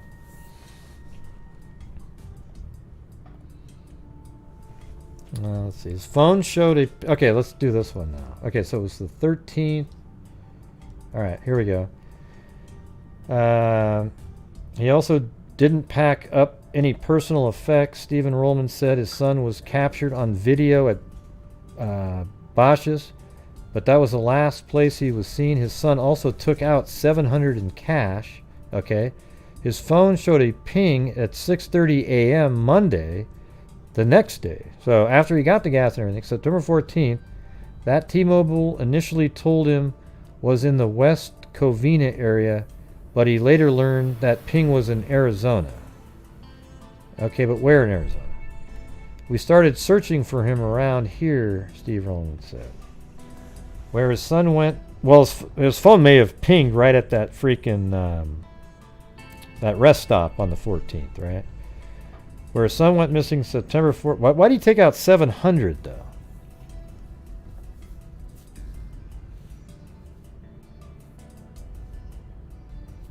I mean, maybe he bought some camping stuff. $700. That's just it's kind of a lot just to take out if you're going to kill yourself. Okay, and now it says this: when his BMW 328i was found, is unclear when it was found. The gas tank was empty. See? So that means he could have just driven for miles and miles and miles, done that last fun thing. What they need to do is go try to find other businesses and whatnot way out there, and see if he might have stayed there at a hotel or anything like that. That's not a meetup. The gas tank was empty at his computer and phone were in the car. Law enforcement determined the car was brought to the McGuireville rest area. Okay, law enforcement determined the car was brought to the McGuireville rest area sometime after 8 a.m. September 24th. So it was put there later. Okay, so now we know on the 14th his phone pinged in Arizona, but the car was brought there. Notice that they didn't say that he drove the car there. So that was one of the scenarios I just mentioned a minute ago, that somebody put the car there later and then took off with somebody else, but it wasn't him. So they actually did determine the car was brought to the McGuireville rest area, and so they must have an image of the person who dropped that car off, because there was I think a surveillance shot of that. It was parked in the first possible parking space. Right, so it was this one. You come off the exit. It looks like you have to be, it was on this side for sure, so we know that. And that's interesting, right? So that's right. So here he was in this town. He got, $700 somewhere. He got gas, stopped at Bosch's over here. But it isn't like he took this rest area here, which would mean he's heading in that direction, northeast, right? Instead, he took the first one coming in on the coming back route. So whoever dropped the car back here was coming back this way and then dropped the car off there. You see what I'm saying?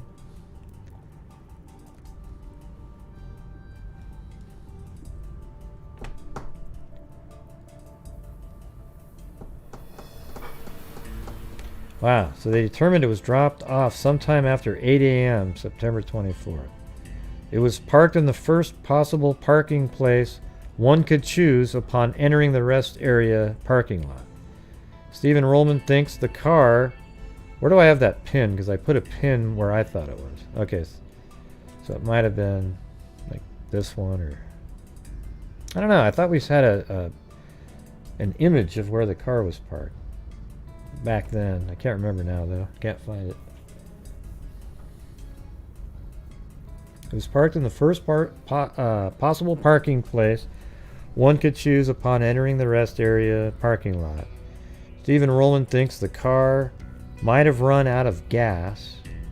He said it wasn't clear to him yet if video surveillance determined who parked the car at that rest area. See, they should have that. Shane Rohlman's debit card is with him, but hadn't been used since September 13th.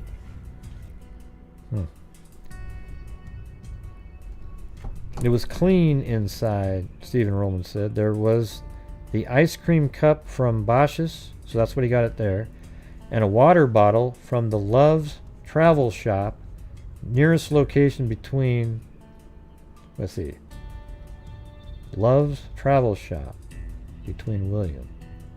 What does that mean, between? Oh, being the nearest location being in Williams. Huh. So Love, let me type that in.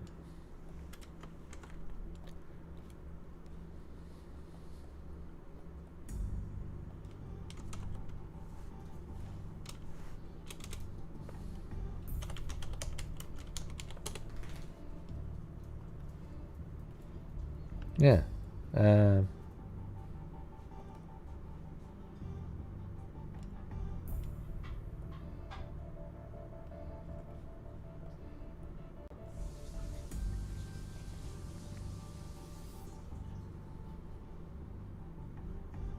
Why do they have shell here for that? I wonder if a shell can be that.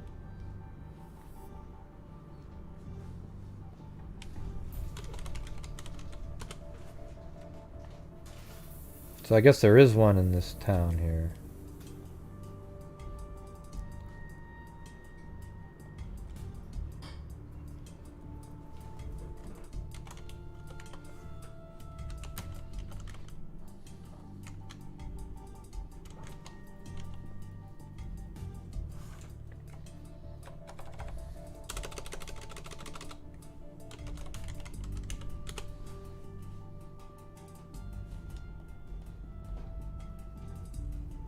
Okay, so this is the nearest one that they can remember. This kind of makes sense, though. Let's see. Or, not that they can remember. Oh, okay. Wow, so here we go. He drove from here. You know, maybe took this exit right here. And then drove all the way up to Williams up here. So you could, or you could just keep taking 17 to Flagstaff, cut over, and then maybe you went to this Love Travel stop right here. But didn't they verify this stuff though? I mean, wouldn't you go there and a water bottle? But he got the water bottle. It was on the 13th. No, they don't know that because it could have been cash. Their ice cream cup and a water bottle from Love's, but not the kind of trash or things you'd expect to see if someone were traveling. Stephen Rohlman said his son might have hitched a ride at the rest area. Really? But the car was there. It was dropped off there on the 24th, so why would he do that? That doesn't make any sense. Police believe the car was dropped off there on the 24th, so why would his dad think he hitched a ride? You mean when he came back on the 24th? I don't know. That's just, I don't know. That doesn't make any sense. We know, Gene. We know, Gene. Jesus. Hey, everybody. Hey, listen. Everybody, you got to remember the 700 in cash, everybody. You got to all remember that. Don't forget the 700 in cash. Yeah.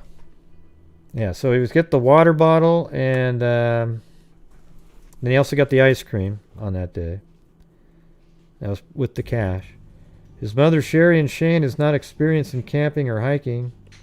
Searches have been done for helicopters, infrared technology, horsebacks, and off-road vehicle.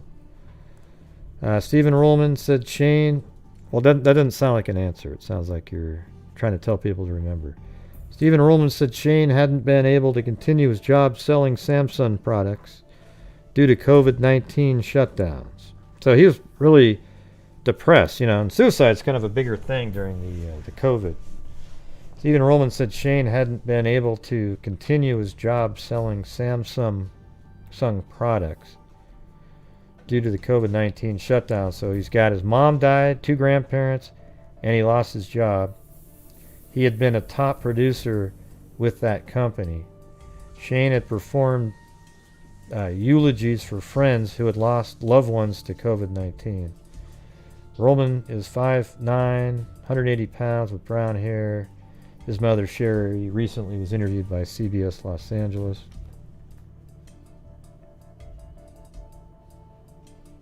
Now for 2 months, and the circumstances surrounding his disappearance are definitely suspicious. Now the FBI is on the case. KICO Nicole Comstock spoke to Shane Rohlman's mother, who is making a desperate plea tonight to help in finding her son. Shane Rohlman's mother says he told her he had a headache back in September. But when she went over to his house to check on him, he was gone.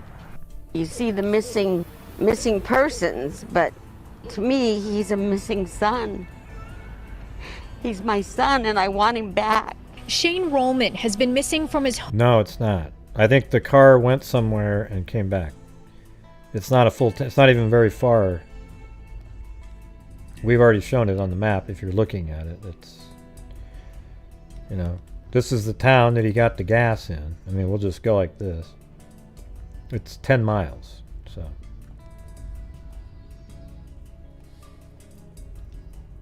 Home in West Covina for over 2 months now. One of the funniest, kindest people you could ever meet. The FBI is now... I know, I'm exactly the same way. I work out of my home anyways, so...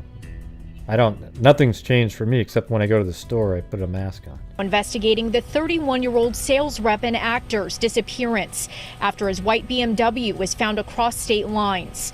400 BMW was found. Yeah, so that's what we were looking at, that one. Hold on, let me get back.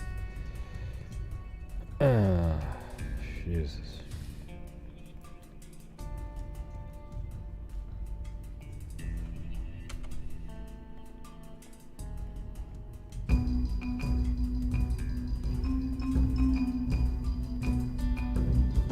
Wait, hold on. Let me measure that again.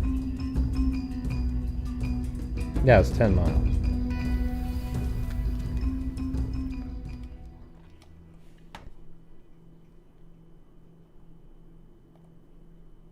God, all my windows went off the screen.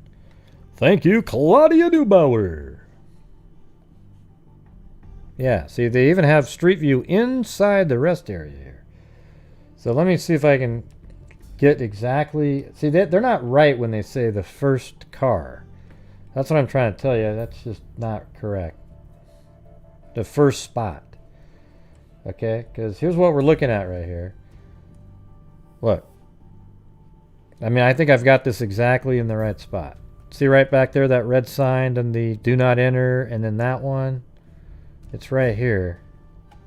You got the square one back way in the distance. Do not enter. And then that little do not enter sign over here. And then trucks aiming at you from that spot. And it's not the first one there. And you can even see the poles. Everything's the same. But it's about the... hold on, let me look.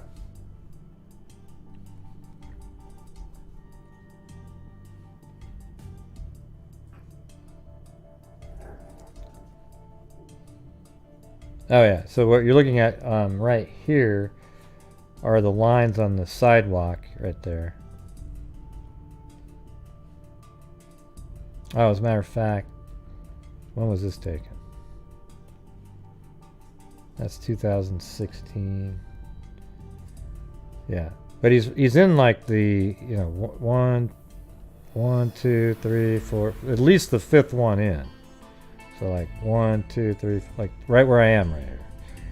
And that's why it looks exactly the same. You've got this truck's in that first stall right there, and this one is in the second one. So you're almost in the exact same shot that we're looking at it. Well, the oil spills I was looking at, but those are, it's 2016. That's why I looked at the date. So you can't really say for sure.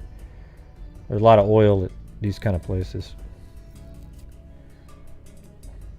Yeah, obviously something bad happened to him.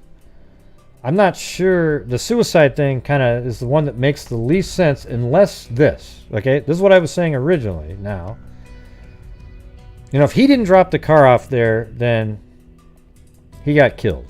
If he is the one that dropped the car off there, and he could have just went on a last trip for himself, you know, spending $700 doing fun things, and then parked his car here at night, late at night, just like they said, before 8 in the morning. And he just walked out of the car and walked way out here somewhere in the middle of the night. And hell, maybe he bought with cash a pistol or something and shot himself, and he's way out here somewhere, right? That's definitely a possibility, because that would make sense. Everything else makes sense on that one. He gets the $700, a full tank of gas, drives around, burns the whole tank of gas, goes out and sees some beautiful areas like over here somewhere. And then he comes back with almost no gas left, parks his car right there, leaves his cell phone, his laptop. He isn't going to need that. Then he walks way out here somewhere and does that, right? So that's a possibility. And all the elements work. There's nothing that was said that makes that not possible. Now, if the surveillance footage shows somebody else dropping that car off, then I would say it's very likely that somebody abducted and killed him. If anybody else dropped that car off there. So right now we're just kind of in a weird place. Don't really know. But hey, this looks like one of the flyby type places. The red dirt.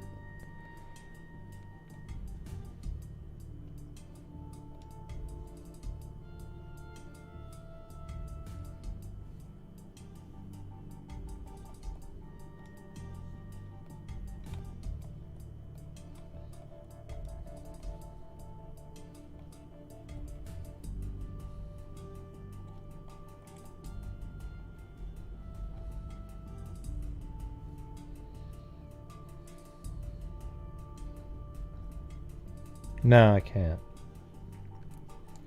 Should have been listening. I'm just kidding.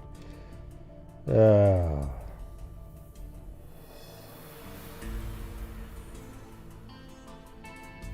do you want me to read it again? You want me to read the whole freaking article again? Oh boy. Anyways, here we go. Tuesday marked the 80th day. What do you want me to read again then? What are you trying to get me to read? When you said read it again. Which part? What one line? What line are you talking about? There's a lot of lines. Oh, I don't know where that one article is. We're just going to have to read it all again.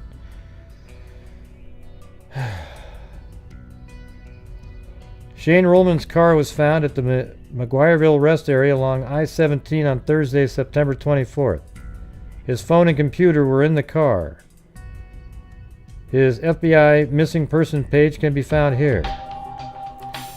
Shane's father, Stephen, said both his grandmothers passed away. God, it's so loud in my ear.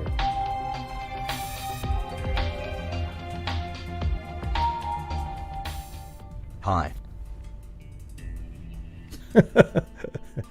Hi. Okay, Shane's father, Stephen, said both his grandmothers passed away within the past year, and his mother, Stephen's wife, nearly died from medical issues. So here we go. You got, and his mother, Stephen, let's see, hold on a second. Shane's father, Stephen, said both his grandmothers passed away within the past year, and his mother, his mother, Stephen's wife, let's see. I don't really get that. I think that's really bad grammar again. So does that mean his mother, and then it should have just been a period, and then Stephen's wife nearly died from medical issues? Because the way it's written is, within the past year, and his mother, Stephen's wife, meaning, oh wait, his mother is Stephen's wife. No, how could that be? His mother can't be his own wife. Oh, God, it's driving me just batty right here. Stephen Rohlman said residents of Camp Verde and other Verde camp, blah, blah, blah. Okay, the community has been very warm and helpful. Things were starting to smooth out for him, so it sounds like he was struggling. The day he left, we were over at the house he lives in, and he said he wanted to take a nap, but by 6 p.m., he and his car were gone. No, it sounds like 3 deaths. It sounds like his mom and grandparents are all dead, if that was written correctly. His phone showed a ping at 6:30 p.m. Monday, September 14th, that T-Mobile initially said was in West Covina, but he later learned that the ping was in Arizona. So his phone was still pinging, which it should because it was with the car. We started searching for him around here, Stephen Rohlman said. Wait, hold on a second. Let me read this again. I think they might have correctly said that up here. Within the past year, and his mother, Stephen's wife. Okay, Stephen's wife, which is his mom. Why, let me just tell you this. Okay, Stephen isn't the guy that we're talking about here. It's Shane. But let me just say this. Why bother here putting Stephen's wife in there? It just makes the whole story confusing. Just say this. Said both his grandmother passed away within the past year and his mother. Then you just say his wife nearly died from medical issues. Instead you say, wait, hold on. Wait, now I get it. His mom isn't dead. His grandparents are dead, but his mom is still alive but almost died from medical issues. I mean, doesn't that just suck to have to analyze this? Shane's father, Stephen, said both his grandmothers passed away within the last year, and his mother, who gives a shit if it's Stephen's wife? Just say, and his mother nearly died from medical issues. Stephen Rohlman said residents of Camp Verde and other Verde Valley communities have been extremely helpful in trying to help locate Shane. Steve Rohlman and his wife Sherry came to Verde Valley in September to meet with first responders. The community has been very warm and helpful to us, but sometimes writers, they try to put so much in there that you get really confused with what they're saying. Anyways, things were starting to smooth out. Shane Rohlman didn't take his suitcase with him to Arizona, his father said, which is interesting. He left without taking anything with him, filled up his tank, and got $700. Stephen Rohlman said his son was captured on video at Bosch's, but the last place he was seen. That was the last place he was seen. His son also took out $700 in cash. His phone showed a ping at 6:30 a.m. on the 14th. That was actually in Arizona. Where his son went September 14th and the afternoon. Where his son went between September 14th and the afternoon of September 24th when his BMW was found is unclear. The gas tank was empty and his computer and phone were in the car. Law enforcement determined the car was brought to the McGuireville rest area between 8 a.m. September 24th and found that afternoon. No, after, excuse me. Sometime after 8 a.m. Okay, so, you know, that's interesting because at that time of day, you're going to see him. You know, anybody would see him walk back there. That's the sentence. Where his son, law enforcement determined the car was brought to McGuireville rest area sometime after 8 a.m. September 24th and found that afternoon. So it was found on the 24th and it was put there that very same day. So that means it wasn't there, and it was, they're not saying who dropped it off. But obviously, you know, the car was out of gas, so that means if it was a full tank, it drove way away, and then it came all the way back there 11 days later. Was it him that drove it there? If it was him that drove it there, then I think, you know, there's still the option he was abducted or something at that rest station. But there's also a chance that he did something to himself, since he was gone for 11 days without a suitcase with clothes for himself. See, that part makes you wonder, right? But interestingly, why would he go there to kill himself 11 days later without a suitcase with food in it? I mean, clothes in it.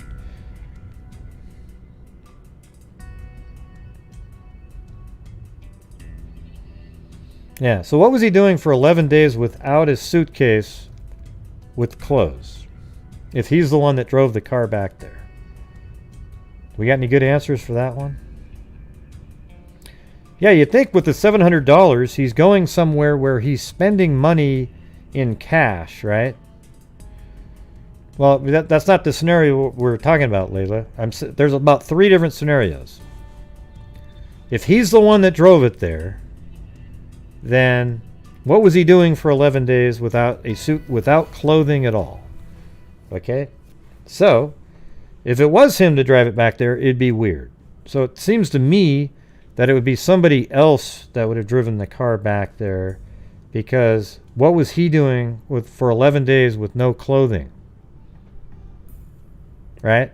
So it seems more likely it was somebody else. And also right here, law enforcement determined the car was brought to McGuireville rest area sometime after 8 a.m. Why didn't law enforcement say, oh, we believe he, you know, this isn't a direct quote, but it seems like that would have been inferred. You didn't say he brought the car back to the rest area. It doesn't say that. It says the car was brought there. So he went somewhere, and you know what? Probably even a more likely story is now he was kind of just going out. He was going to go have fun, but not be gone that long. Just I mean, he did take $700 out. I don't know what that was for, but and then something happened to him at a place that he went to. Maybe he was just going to stay overnight, you know, and he got abducted. And then the people dropped the car back. What's kind of interesting, though, that they dropped the car back on the exact same road that he probably would have been driving on. You know, like right there. He bought maybe something up here at Love's travel stop.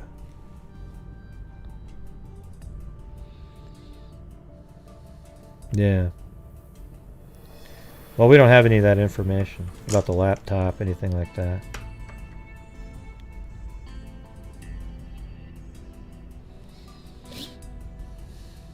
What do you think, Layla? I'm not hardly ever reading any of the comments.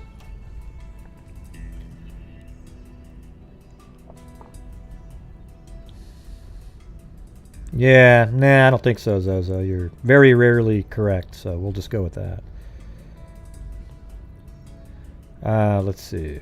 When you ever get correct on a case, Zozo, I might go, maybe Zozo's onto something. We'll just see. Let's see. He went to meet someone and went bad. Yeah, it could have been.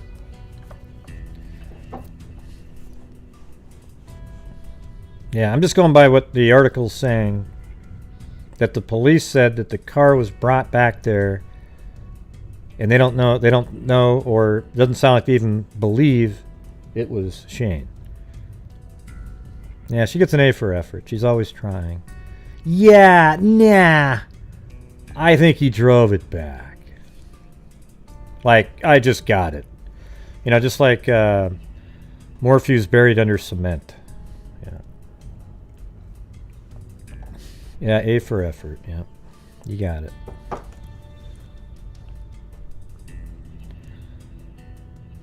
Yeah, what part stuck out? Yeah.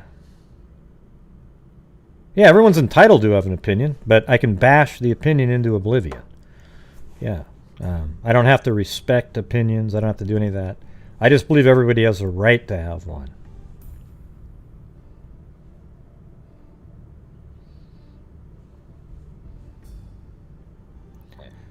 Yeah.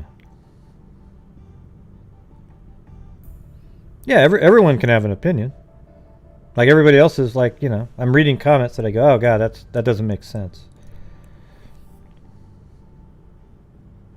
Yeah. I'm just saying what I'm saying, and then all of a sudden I read a comment that says, yeah, nah. I wasn't even talking to anybody. I'm just doing my own thing. Let's see. Yeah, see, they said they brought the car back. Why would they say brought the car back? They would have said he brought the car back, right? What do you think?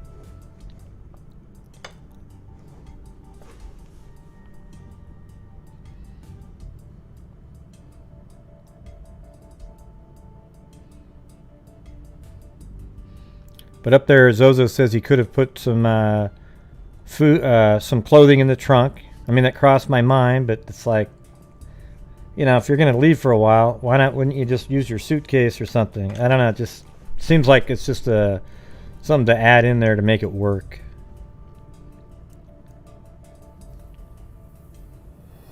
I'm just going by what the article said. I didn't list his items in the... It just said that all he had was the phone and his laptop. It kind of sounds like that other case. Remember the one in... wasn't it Utah where that guy just was walking down the street? Disappeared. Can't remember his name.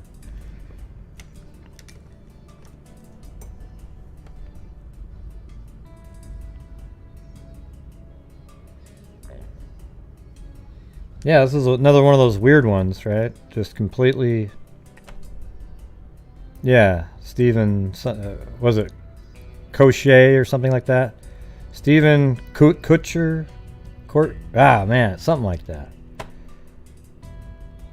I forgot the last name, but something like that.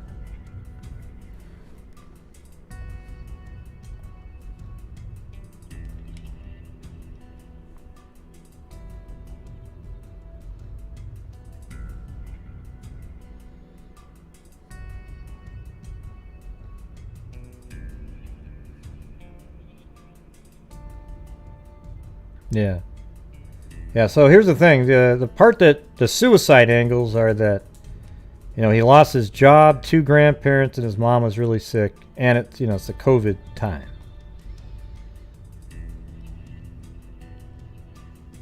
But, you know, you got that whole 11-day thing.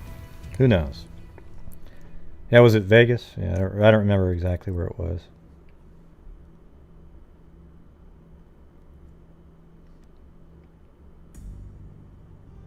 But anyways, that's it.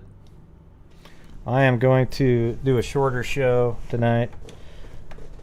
Yeah, Coacher. Yeah, there you go. I knew it was something like that. I couldn't remember how to say it.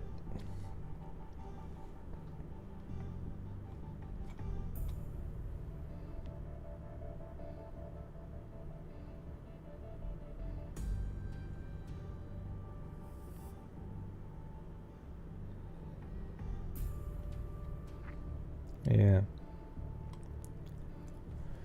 All right. Well, let me see. Hold on a second.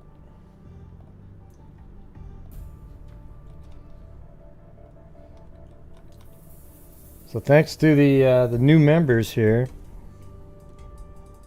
Wait, is this working? Oh yeah, there we go.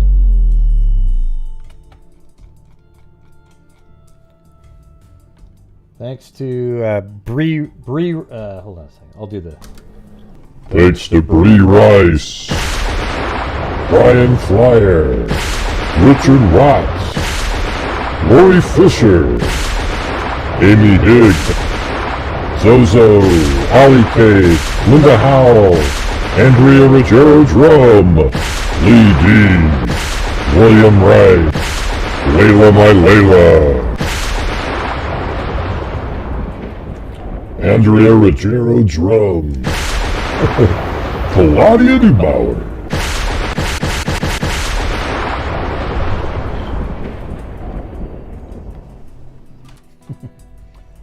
All right.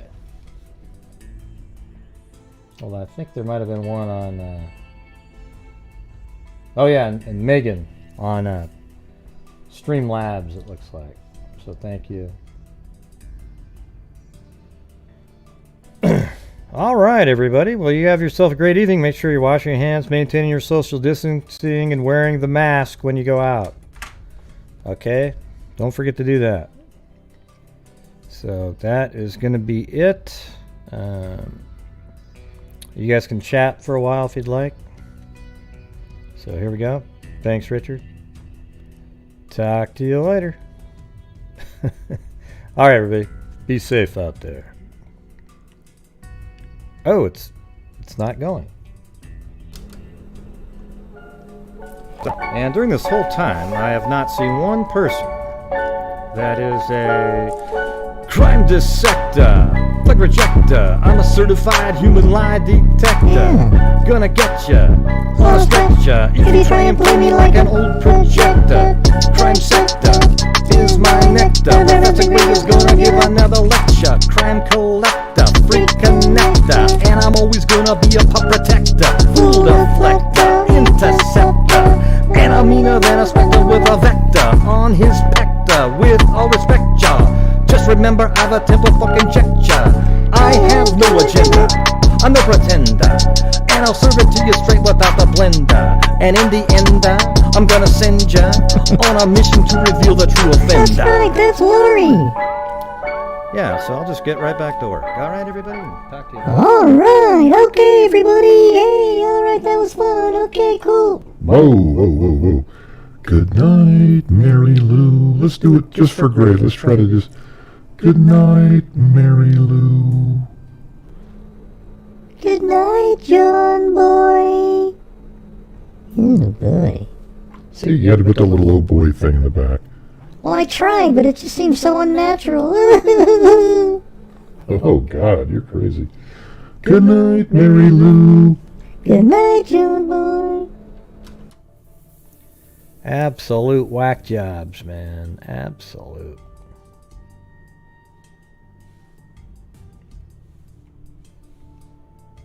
Hold on.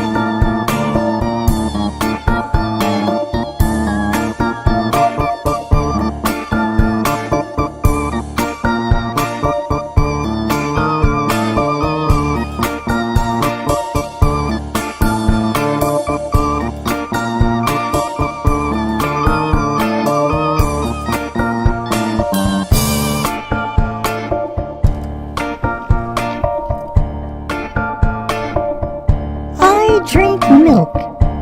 It tastes like soap. That's it? That's all you got? Yeah, I'm just working on it. Jesus.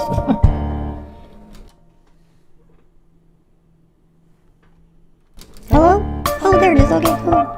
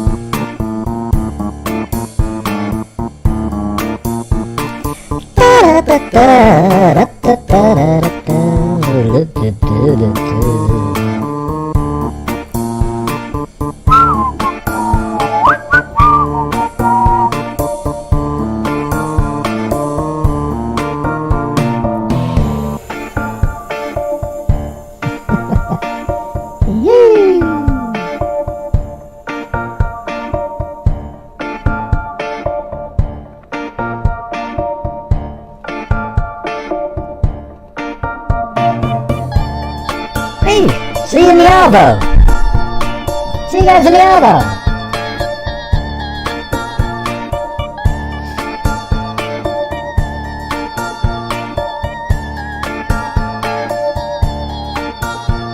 Why don't you get nicked? Get nicked, all of you. Good eye, Mike, get nicked.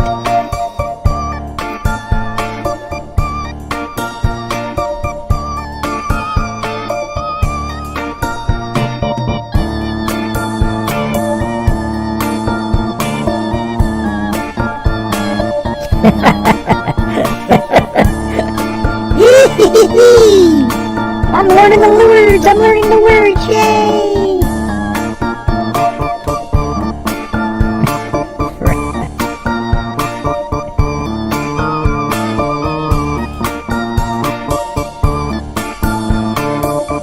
Gotta go get me some snags.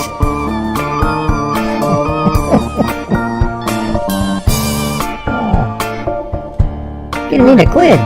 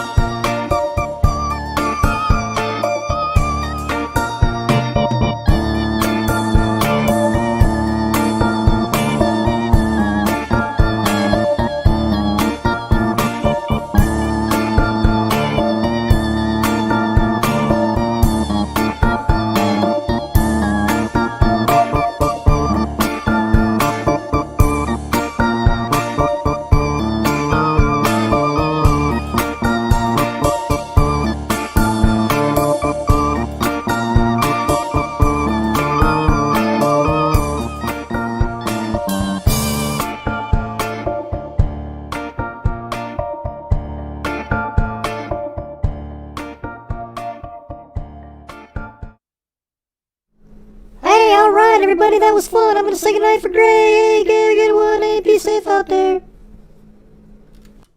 Wow, that was terrible, Mary Lou. That was terrible.